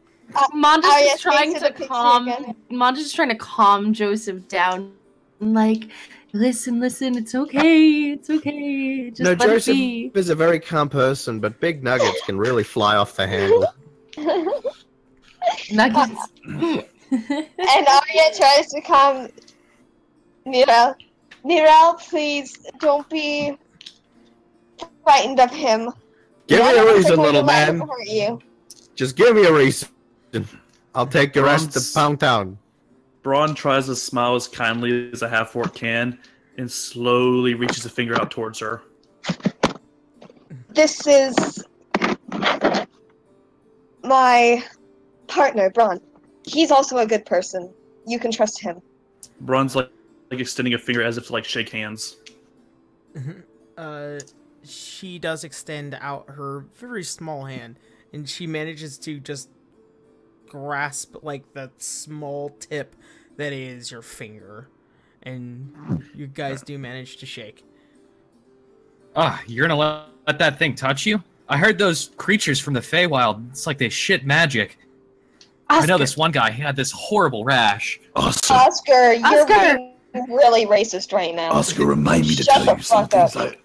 Remind me to tell you some of the things She doesn't acknowledge a single English or common word you are speaking. And what did Braun say to me? Braun was saying, remind me to tell you some of the horror stories I've heard about the more rural provinces of Pelor.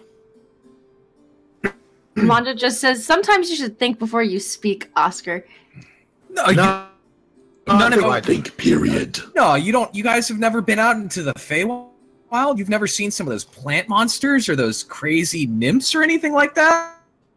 Oscar, got a point. We should crush it with the crowbar. No, I'm not saying that. Look, no, that's what you're saying, and I'm on board with that. Don't turn it back Joseph, on now. please. No, don't put words in my mouth. I'm not saying we gotta kill it or anything. I'm just saying the Fey monsters are dangerous. You don't let them into your home. Aaron, while this is going on, I'm going to look at the paper on the desk, the whole reason we came into the office to begin with. Alright. By the time you finally just ignore the rest of the group, you come around to the paper. It seems to be a letter from a very particular individual. Let's see. From what you can immediately tell, it looks to be a letter from an individual known as Serena Tana. She was discussed in one of the eavesdropping moments that you've had back in earlier games. She seems to she's talking about that there's a danger within Aurario, and that she needs to see both him and Tiny Nuggins as soon as possible. This was dated from a couple of days ago. Alright. Braun looks over to the rest of the group and relays information in the letter, and looks from Arya to the pixie and back to the door down the hall. I think we could help our new little friend by taking her to our velo, and we can use this opportunity to move a lane as well. Perhaps our velo would even have something that would allow her to speak common, perhaps. Well, you know my opinion on the matter. And this Aurario place, how many days travel is it? You guys are in Aurario. You're in Aurario. You're in Aurario, Oscar. God, hey, listen, I'm tired, alright? Maybe you should go back to bed, Wanda, Oscar. Wanda, take Oscar to the kitchen, get him coffee. Arya, alright. Paylor juice. Arya speaks to Mirel. We're going to take you to our friend Arvello. He will be able to help you. In the meantime, I would avoid the dwarf and the paladin. He's a little bit racist. Tell her to stick with either Braun or Arya. It's really fortunate that I don't understand your side of the conversation. You see quick glances. You see quick glances in between the group, but the spoken Sylvan that's going in between is just amazing. Oh, I'm not even gonna bother trying to infer the meaning. No, I do a dwarf that'll. Yeah. Okay, we can say like the word dwarf and paladin are maybe understood. That's it. Yeah. Okay. At that point, I'm completely out of the room. I can go. Oh, you're not warning her against me, are you? Oh no, not at all, Oscar. I was just praising you, trying to get her a little more comfortable. Oh my god. Can I make like an insight? Make a deception check with advantage, and Oscar, make an insight with I'm already at disadvantage. Yeah. I'm already at disadvantage, yeah, because I'm tired. Not only are you tired, but like it's just the nature You're up of against Aria. the goddess of lies. Yeah. He doesn't know that yet, though. I got a 4+4, which is eat shit a thon. So unless you like roll a 1, and even then I think you win, because there's no such thing as a natural 1 on a skill roll. I nat 20s plus Wow. 8. So I got an 8. She tells 28. you, and you believe it. I mean, he was kind of really offended at being called racist for trying to warn them about the dangers of the Feywild, so he just sort of like throws his arms up. He's like, whatever, I'm out of here. You've read a few things about the Feywild. You've never been there, though. I mean, there's that guy in my village. He came back with this horrible rash. Where was the rash? Oh, you don't want to know. It was on his penis. So safe, Detective. Just horrible, like pustules. Ugh. While Oscar's mumbling, walking away with that, Braun just perks away. Oh, she probably hasn't eaten in a while. Braun pulls out, like, basically just whatever he swiped from the breakfast table that morning. Like a biscuit or something, and passes it to her. You do have some of the biscuit. You do manage to crumble it down, as she is a very small individual. Yeah. She does He just take it and holds his hand out for her. She takes about a chest full for her, and she is just eating away at this thing. Braun also just gives like a hungry. cap from a bottle and just gives her water. Braun, she's not a pet.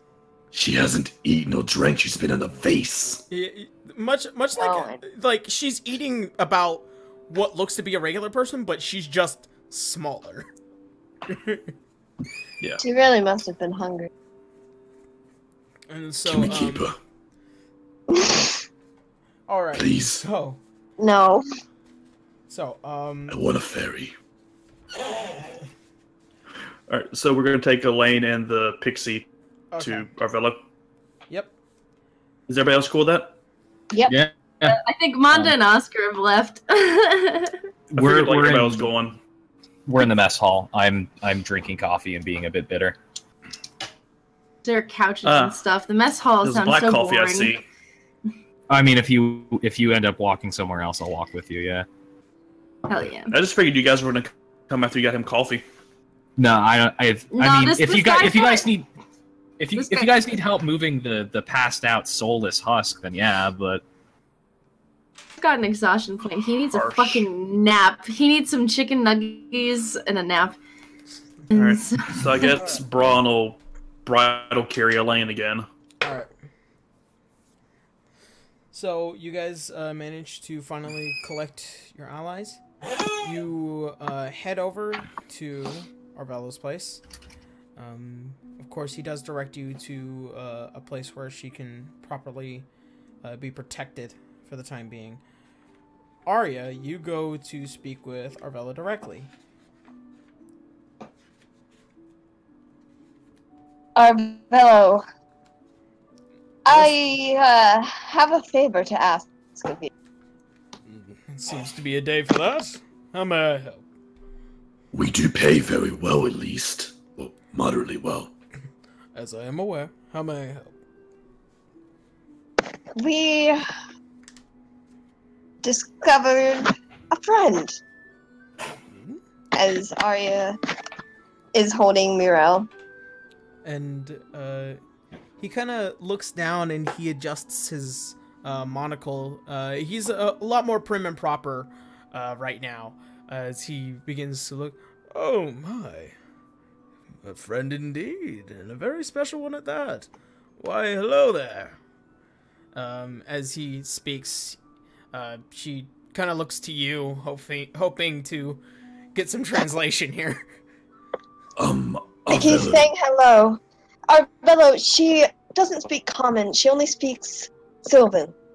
Oh, well then... Do you have an item that could perhaps let her speak, common? Unfortunately, no, but... And as he begins to speak, he speaks Sylvan. And she's like, oh, you speak my language. Yes, very much so. So, how may I help you, little one? And they go back and forth, talking about magic and whatnot, and she finally gets around to the point of the griffin feather. Oh, in fact, I might have a few of those in my backstock. I'll be right back. To anyone that isn't able to speak Sylvan, like, this conversation, like, completely in tongues. You do, I'm assuming he's helping her, though. He's helping her. He has griffin feathers in the back. And, of course he does. You see him return, he comes back with, about 3 griffin feathers, and, they're very big. Like, they're about almost the size, on the wings of Manda. And he puts them down. Well, I wouldn't, I mean, given how much business these individuals tend to give me, I'll tell you what, I'll let you keep 1, and if you need any more, then I'll charge from that. And, the little pixie, woman, she kind of looks up, and she puts her hands together. It's like, thank you. I needed this for my master. And, she just flies down, and she manages to pick one up. Well then, I'm sorry to have bothered the lots of you, but I do need to return back home. If you ever come by the Feywild, and you reach towards the outskirts, then you might find one of my villages, and if so, do ask for me. I will be able to help be your guide. Much appreciated. I'm so glad that we could help you. Yes, thank you very much. And she gives a slight bow to you, and she gives a slight bow to Arya and you, Braun. And you see her do some incantation, and she is gone. A single teardrop rolls down Braun's cheek. Oh. Braun, we were never going to adopt her. Come on, she could have been a traveling companion. She's cute, but she does have autonomy. I'm aware of that. She could have been a spy, going ahead, scouting things out. They just like cute things. Don't worry, like Bron. you. We still have Rex, so... You're not here. I know, but we still have Rex, so don't worry. Braun just looks at Arya. I like cute things, like you. Arya rolls her eyes. Well, we have Rex, so... Rex is not there. Raxos is always there with you. Unless he Braun looks over to... No, Rex is... Manda's not there. Where I'm not there. Oh, that's right. I'm in the lounge. Yeah, he's Braun just shrugs and looks at...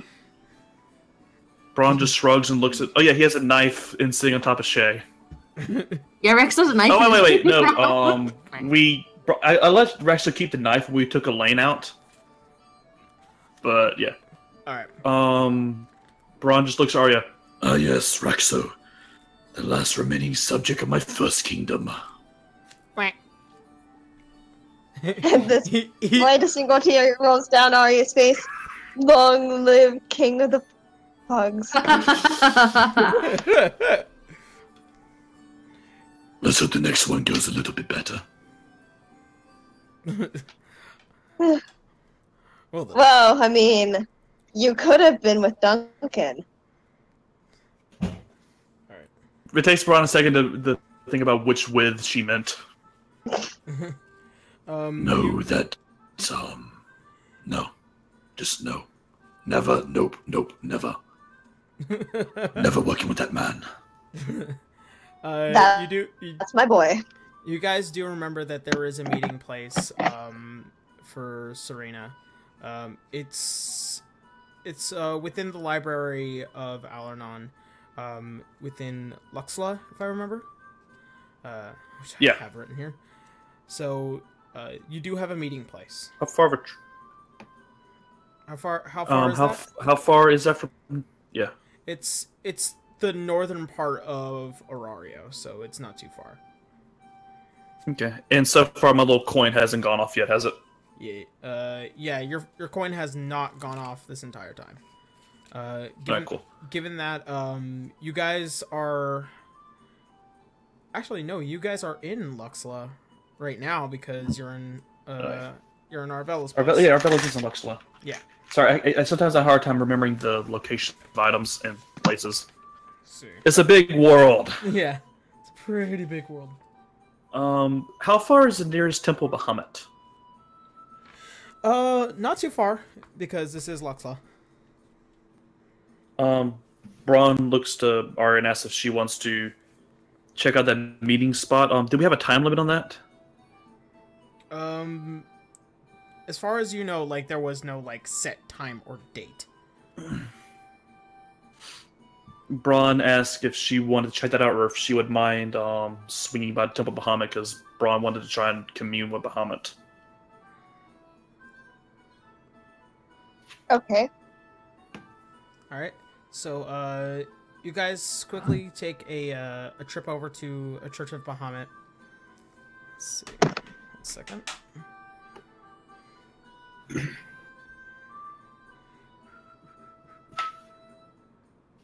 Let's see.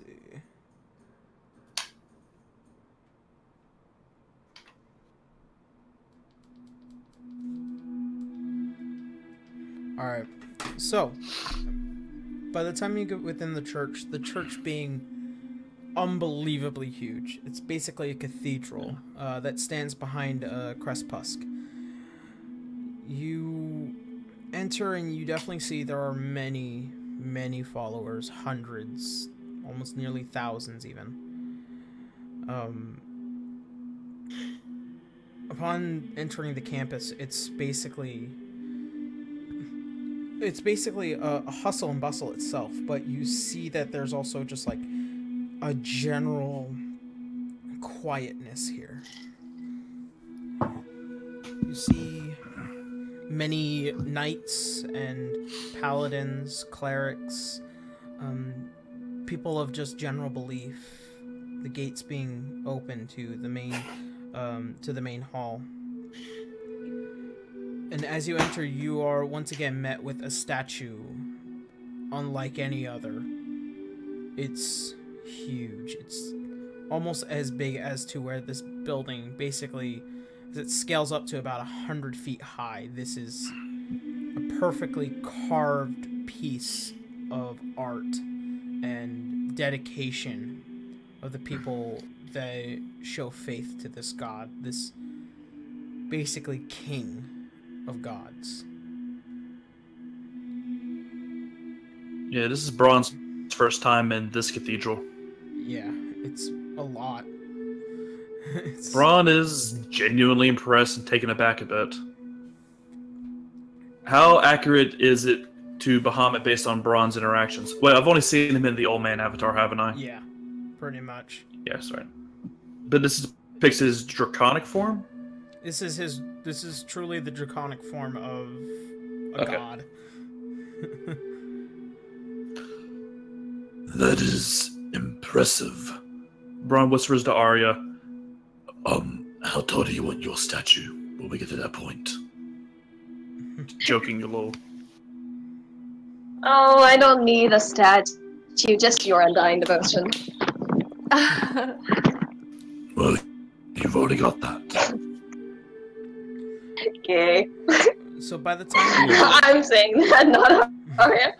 By the time you manage to finally get up to the foot of the statue, where there are many people praying, giving faith to this being, you are met with a priest, fairly young, probably new to his position, and he does give you a slight bow. Welcome. How may I service you? I need to speak to Bahamut. Well, you're in the right right place. I mean a more direct line of communication. We've spoken a few times in the past. I believe all of us have had a communing with our God at one point. But do feel free. I believe he might be listening. And he does give you a bow. Is there a specific area I should go to, or... As he looks at you, he kind of spreads his arms out and looks side to side. So you're asking me to hug you? You're in the right place. Oh my god. Okay. Braun thanks him and nods. And is there a altar or anything near the base of the statue? The statue itself is an altar. Okay, I mean, it's like, like some altars that have areas around it you can kneel. You are most certainly within the right place to be praying. There is no specific area. There's nothing out of normal. All right, Braun looks at Arya a little nervously because he's still a little nervous about communing with a god. So he finds an area that seems appropriate and kneels down and starts praying to Bahamut. Lord Bahamut, I seek your guidance and your wisdom. I need to speak to you if possible. Make a religion check. Unfortunately, with disadvantage, though. Uh-oh. Did I somehow piss off Bahamut? Let me get another D20 so I can roll both. Let's see. God, the lighting in this room is awful. 17. As you try to call and commune, you feel like there is the weight of your words and the interaction you have had and you've reflected. You see you are not particularly in a position to be trying to commune with the God of justice and righteousness. And reflecting the days past what happened in Hollingrad and to now, there's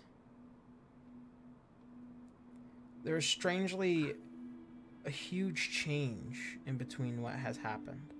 And recently you do acknowledge that what you think is justice is not justice. At least not in the eyes of this God. The very God that defines the word, that defines the action. Braun, you feel like you are not a good man. And upon reflection, you may be asking guidance from the wrong being. And not only that, there is a sense that you are also asking someone that you no longer have a bound faith to.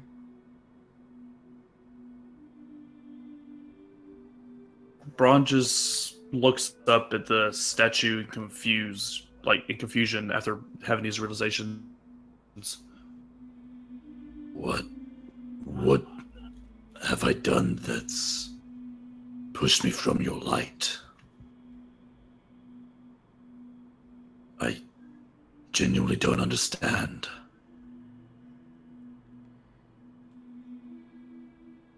thought I was a just man. I don't seek revenge, I just want Duncan and his cronies just...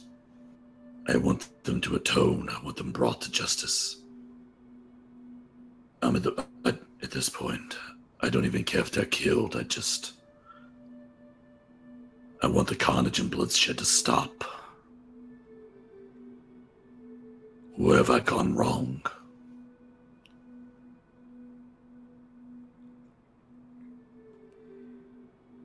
Upon asking this question and staring up upon the altar, you see what looks to be a small spider as it has weaved its web towards you, and it touches the ground and it goes in between the cracks of the cobblestone below.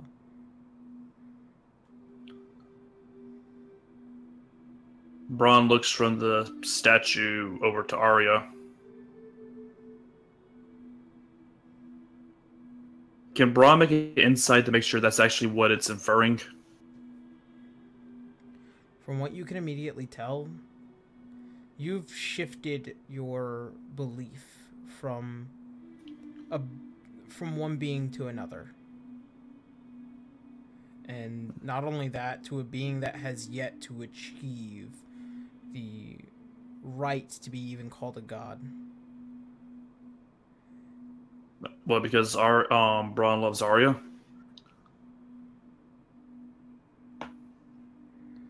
Gods tend to take their faith as in, if you believe in me, you can only believe in me.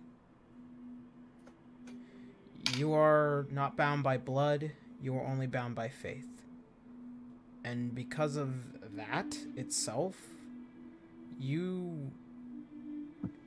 Am I connected again? Yes.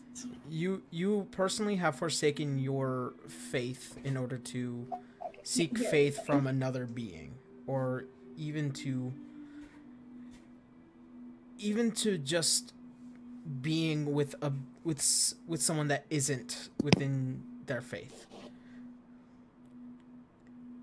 Okay, the problem is I'm on my phone and I can't hear anything. So You can't hear anything? fuck. Okay. You can't Give hear me us? 1 second. Yeah, she can't hear us. Alright. Don't worry. Ah, damn. Because I feel like this stuff would be relevant for her to have heard. I just remember it until after. Yeah. I was hoping to have Arya's reaction to it all. Can you hear us now, Tara? You're Tara? muted. Did her computer die? Can you hear us, Tara? Okay, I'm back. Yeah, my computer died, and then I tried to get on my phone, and now I'm back on my computer. Alright, Okay. basically, Braun tried to reach out to Bahamut. Apparently, because Braun loves Arya, Bahamut thinks he's forsaken Bahamut.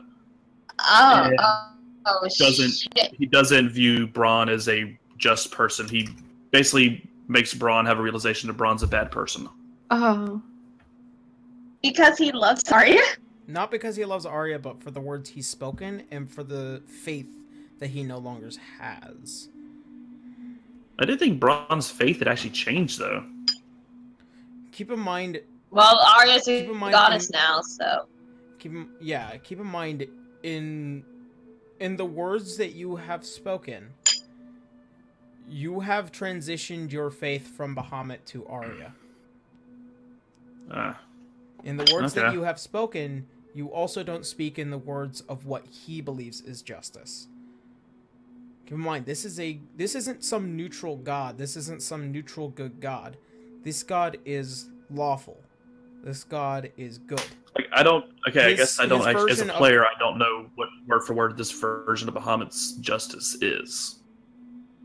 His justice is by the hands of his people.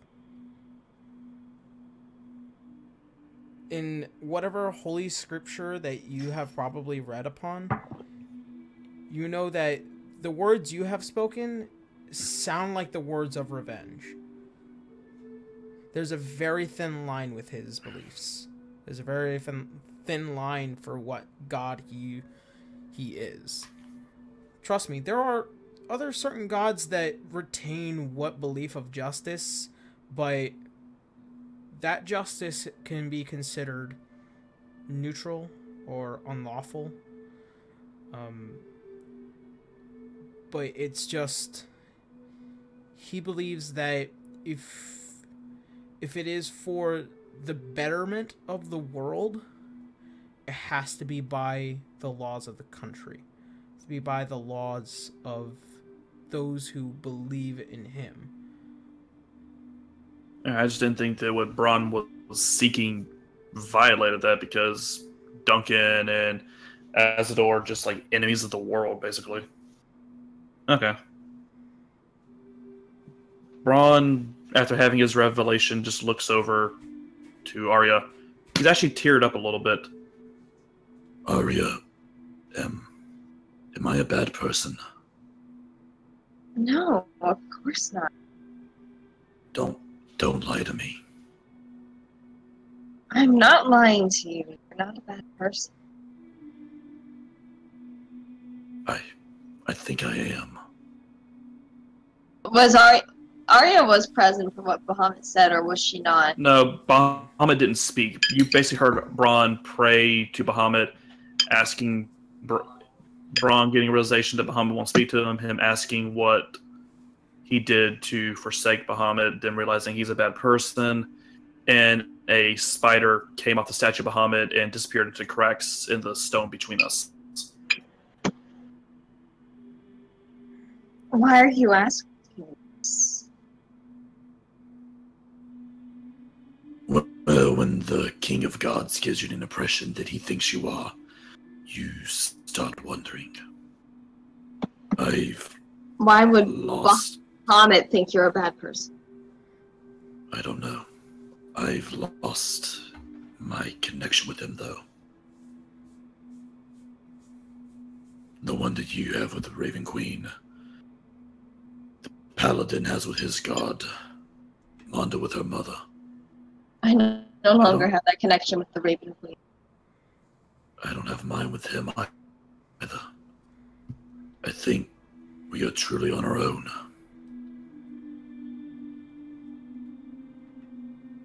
Arya begins to ponder, and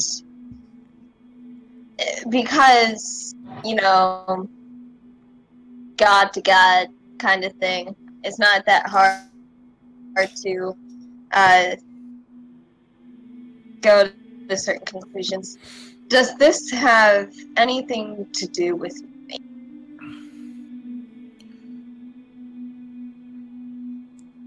I think that he believes it does. What does he think is the problem? Well, again, I'm only guessing. He hasn't spoken to me. Maybe because of your new station, he doesn't like my devotion towards you. Oh, so he's a god that doesn't like to share. More often than not, gods don't share people who are devout.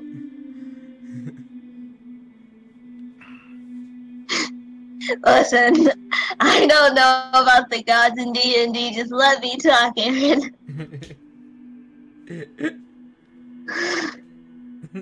Bronn just looks up at the statue. I'm doing what I think is right. I just want to protect the world. I'm tired of the bloodshed. It's all I've ever known. Well then. You seeking help. If you don't want to help me save this world, then I'll do it on my own. With that, he turns to Arya and motions for them to leave. If she wants to. Before they do, Arya looks towards the statue and says, Well, if there's such a standard for your followers,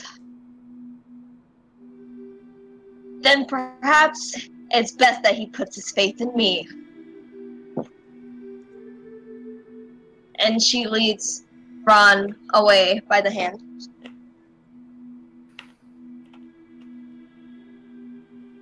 As you all begin to leave, you definitely feel a very heavy presence within the campus.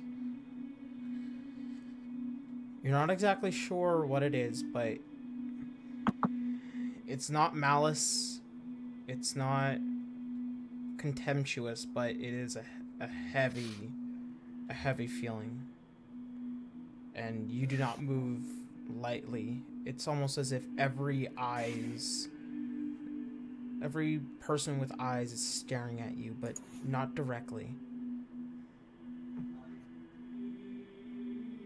And Braun takes one last look at the building before they leave. I will prove myself to both of you. He says, turning from the statue back to Arya, inferring, that he's going to prove that he's a good person to both of them.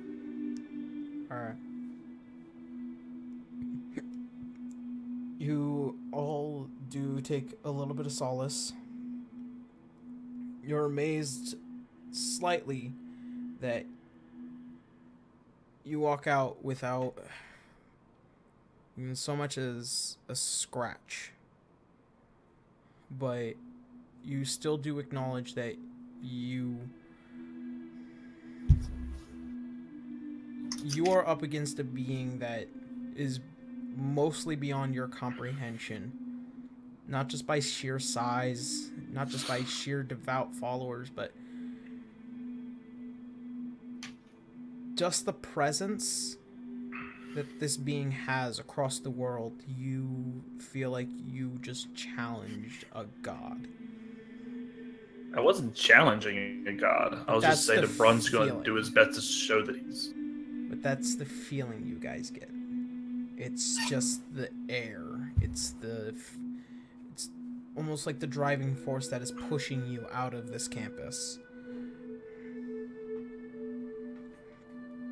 Very old, very archaic this being is. Alright. Let's just go to the meeting place, Arya. And then get a drink. So, with that, you guys head to the library of Al-Anon.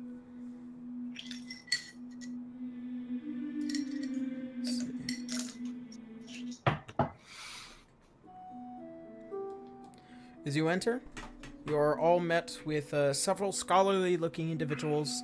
As you do know, there are several magic schools within Luxala. Oh, Joseph was with us during all this, wasn't he? Was he? Hopefully. Yeah, he was with us the whole time. I was surprised he didn't say. I was being polite and other it. things. Yeah. So, by the time you enter, you do acknowledge the gnomish man that you had met many months ago, in the time as he had led you to the Vault of Ioun down below the library, far deep below the city. A very rare and powerful magical item that it is. He does acknowledge your guys' presence, those that he does remember. By the time you start going through the library, you do notice one of your comrades, Orona, has been here for quite some time. You hadn't noticed that she had slipped away earlier, but she's definitely here reading some books, and she's giving you guys a quick wave, and she returns back to reading. You start off by just looking around. I need you guys to make an investigation check real quick. I just realized Braun's literally been abandoned by God. That sucks, buddy. I rolled an 18. You said investigation? Yeah, 18. Yeah, investigation. I got a 15. 15. All right. Anyone else? No, because Oscar and Manda are not there. So, Samuel, Hawk. As you guys begin to kind of spread out a bit in order to kind of see who you can find. Now, Hawk. What do we say? For you, actually, Sam, for you, there seems to be a woman. She seems to be extremely familiar, as she is a regular back in Hollingrad for you. You never got her name, and she's always been very dismissive, but she does come in for a couple of drinks every now and again, and has just left, especially during the nighttime, which leads you to believe she might be a hunter or not. You're not exactly sure, but she is, she's definitely a woman to be reckoned, not to reckon, or to be reckoned with. I relay all that to Braun. Braun glances over at her. What does she look like? Oddly enough, she looks like one of your compatriots, Alana. Only she doesn't have elven ears. She looks very human. Go say hi, Braun. Big Nuggets will observe from here. Is she staring at us or anything? Nope, she is currently reading a book. It looks like she's doing it to kill time. She has a large stack next to her. She's been here for quite a time. All right, I walk over towards her. Hello. She moves her eyes up from her book, and she gives you a quick look. Do I know you? No. Well, perhaps, but you remind me of someone. It's a rather uncanny appearance, actually. Hmm.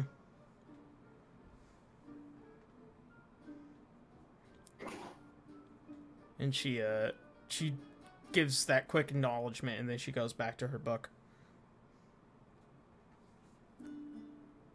A friend of mine said he saw you in Hollingrad. What, pray tell, are you doing here in Al-Anon? I'm here to meet a friend. Oh. Mm-hmm.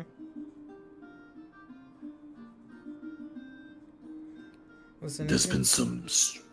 If you're not here Sorry, for any particular business, then by all means, there are more books to look over. If you want any out of this stack, then take it and leave. I'm actually searching for a few friends myself. Interesting. My name is Braun. You are? She closes the book and she puts it down. I don't believe I asked for your name, and I don't intend to give you mine. Can I roll persuasion to see if she would? How do you wish to persuade her? Just mentioned that a friend of mine who runs a bar in Hollingrad said that she was a regular, and I wanted to basically see what she thought of the place. And I was being polite, introducing myself, so was hoping she would reciprocate.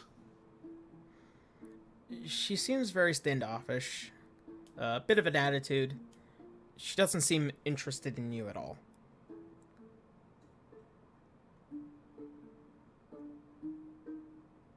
Perhaps I can help you find your friend. I know many people in the area.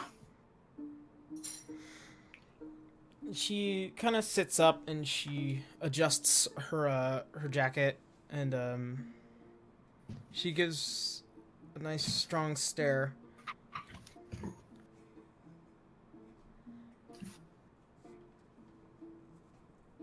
You know, I think most guys would get it at this point, but I'm not interested in talking to you.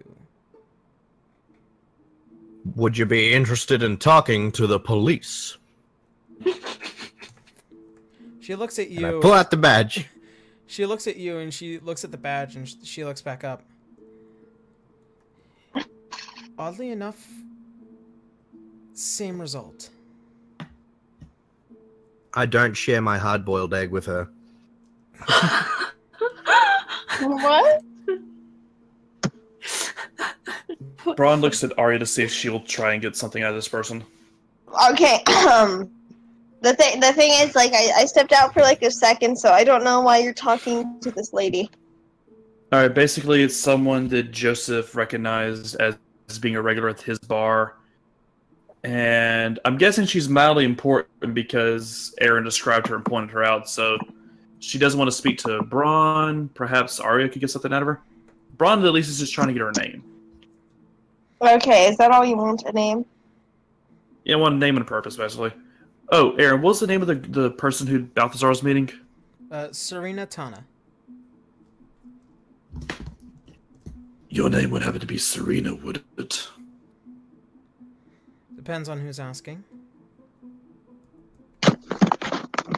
Arya steps up. I would like to know as well. My name is Arya Hope. I'm a performer in the area. You're quite an interesting person. You don't seem to be shy, yet somehow you won't even share your name? Trust me. We're not any threat to you. Trust me, when you've Have a lived friend. When you've lived as long as I have, you tend not to have a lot of trust in people.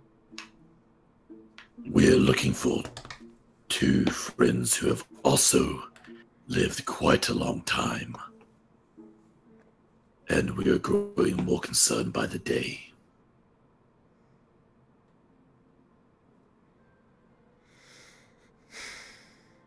What is your association to this individual? He is our benefactor. And we are taking care of some rather crucial business for him. Let's just say we're kind of a big deal. She gives you a quick run over and you see her crack a smile. Right. What is the name of these individuals? We don't want to risk endangering our friends by revealing their name. If you could tell us your last name, that would allow us to trust you enough to give us theirs, or give you theirs. Yeah, got tongue-tied. Braun voice hurts sometimes. Make a persuasion check. Alright. Let's see. That's plus 21. She gives you a nice, strong stare again.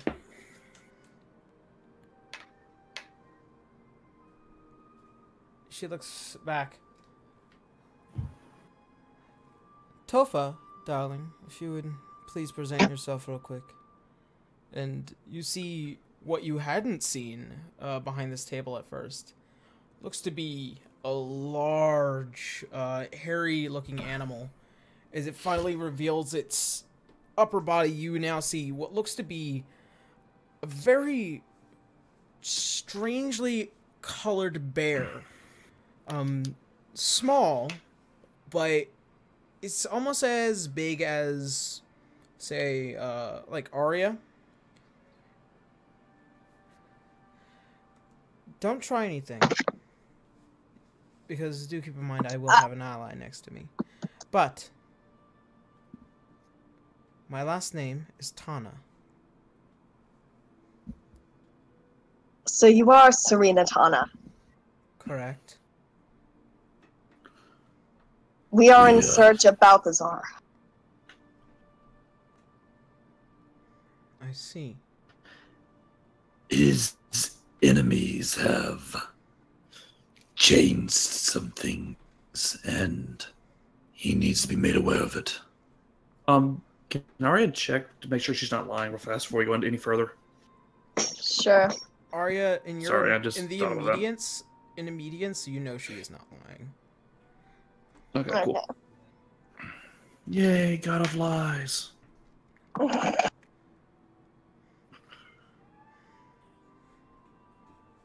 We were worried about him, and as I said, this is information that he needs to know. And we're worried that they may have taken action against him. That man is not easily taken care of. What does concern me is that I have not seen both him nor Tiny Nuggins.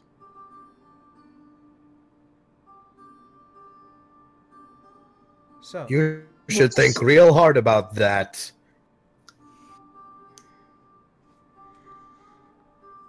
So, would you like to join us to find them?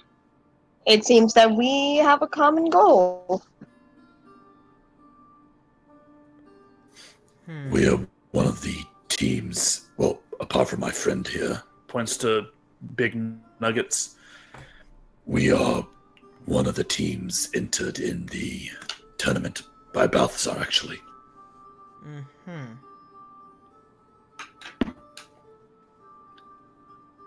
Well, if he sees value in you kids, I would assume that I can see value in the rest of you.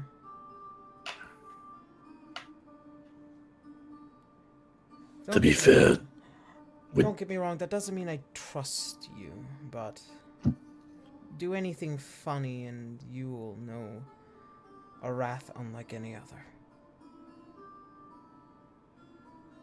Can Arya use her ring of animal friendship to befriend her bear? Sure, go ahead. lady, after the day I've had, I don't have anything funny left in me. With all due respect, of course. Okay. Arya uses her ring of animal friendship and just approaches the bear and tries to pet it. Make a animal handling check. Okay. 19. 19. The bear gives you a couple of sniffs, and it looks up to your face, and just gives you the biggest lick across it, like. And it seems to acknowledge you are to be a good person. And then Serena does look over and she's like, well, if he likes you, then I guess I have no reason to distrust. Arya has a huge grin. Oh, your pet is so cute! Well, his name is Tumfa. He's a very rare breed of bear, so do be careful with him. I like to try and preserve what's left of his kind. Of course. I'm glad that you've come around and that you can join us. By all means. But my final question, are you aware of both Balthazar and Tiny's situation? Do you know who they really are? Yes. Then I hadn't any need to withhold my information about this. My name is Serena Tana. I am the champion of Melora. And that is where we're going to go ahead and end tonight's game, you guys. Alright. Quick question, Aaron. Yes. Is she the one who's like the great-great-great-great-grandmother of Alana? Yes. That's what I thought. This is the reason why I wanted Ava here tonight, honestly. Yeah. But luckily No. she's with your party, so we'll be able to take care of that. next week on episode 50 of D6. Oh man,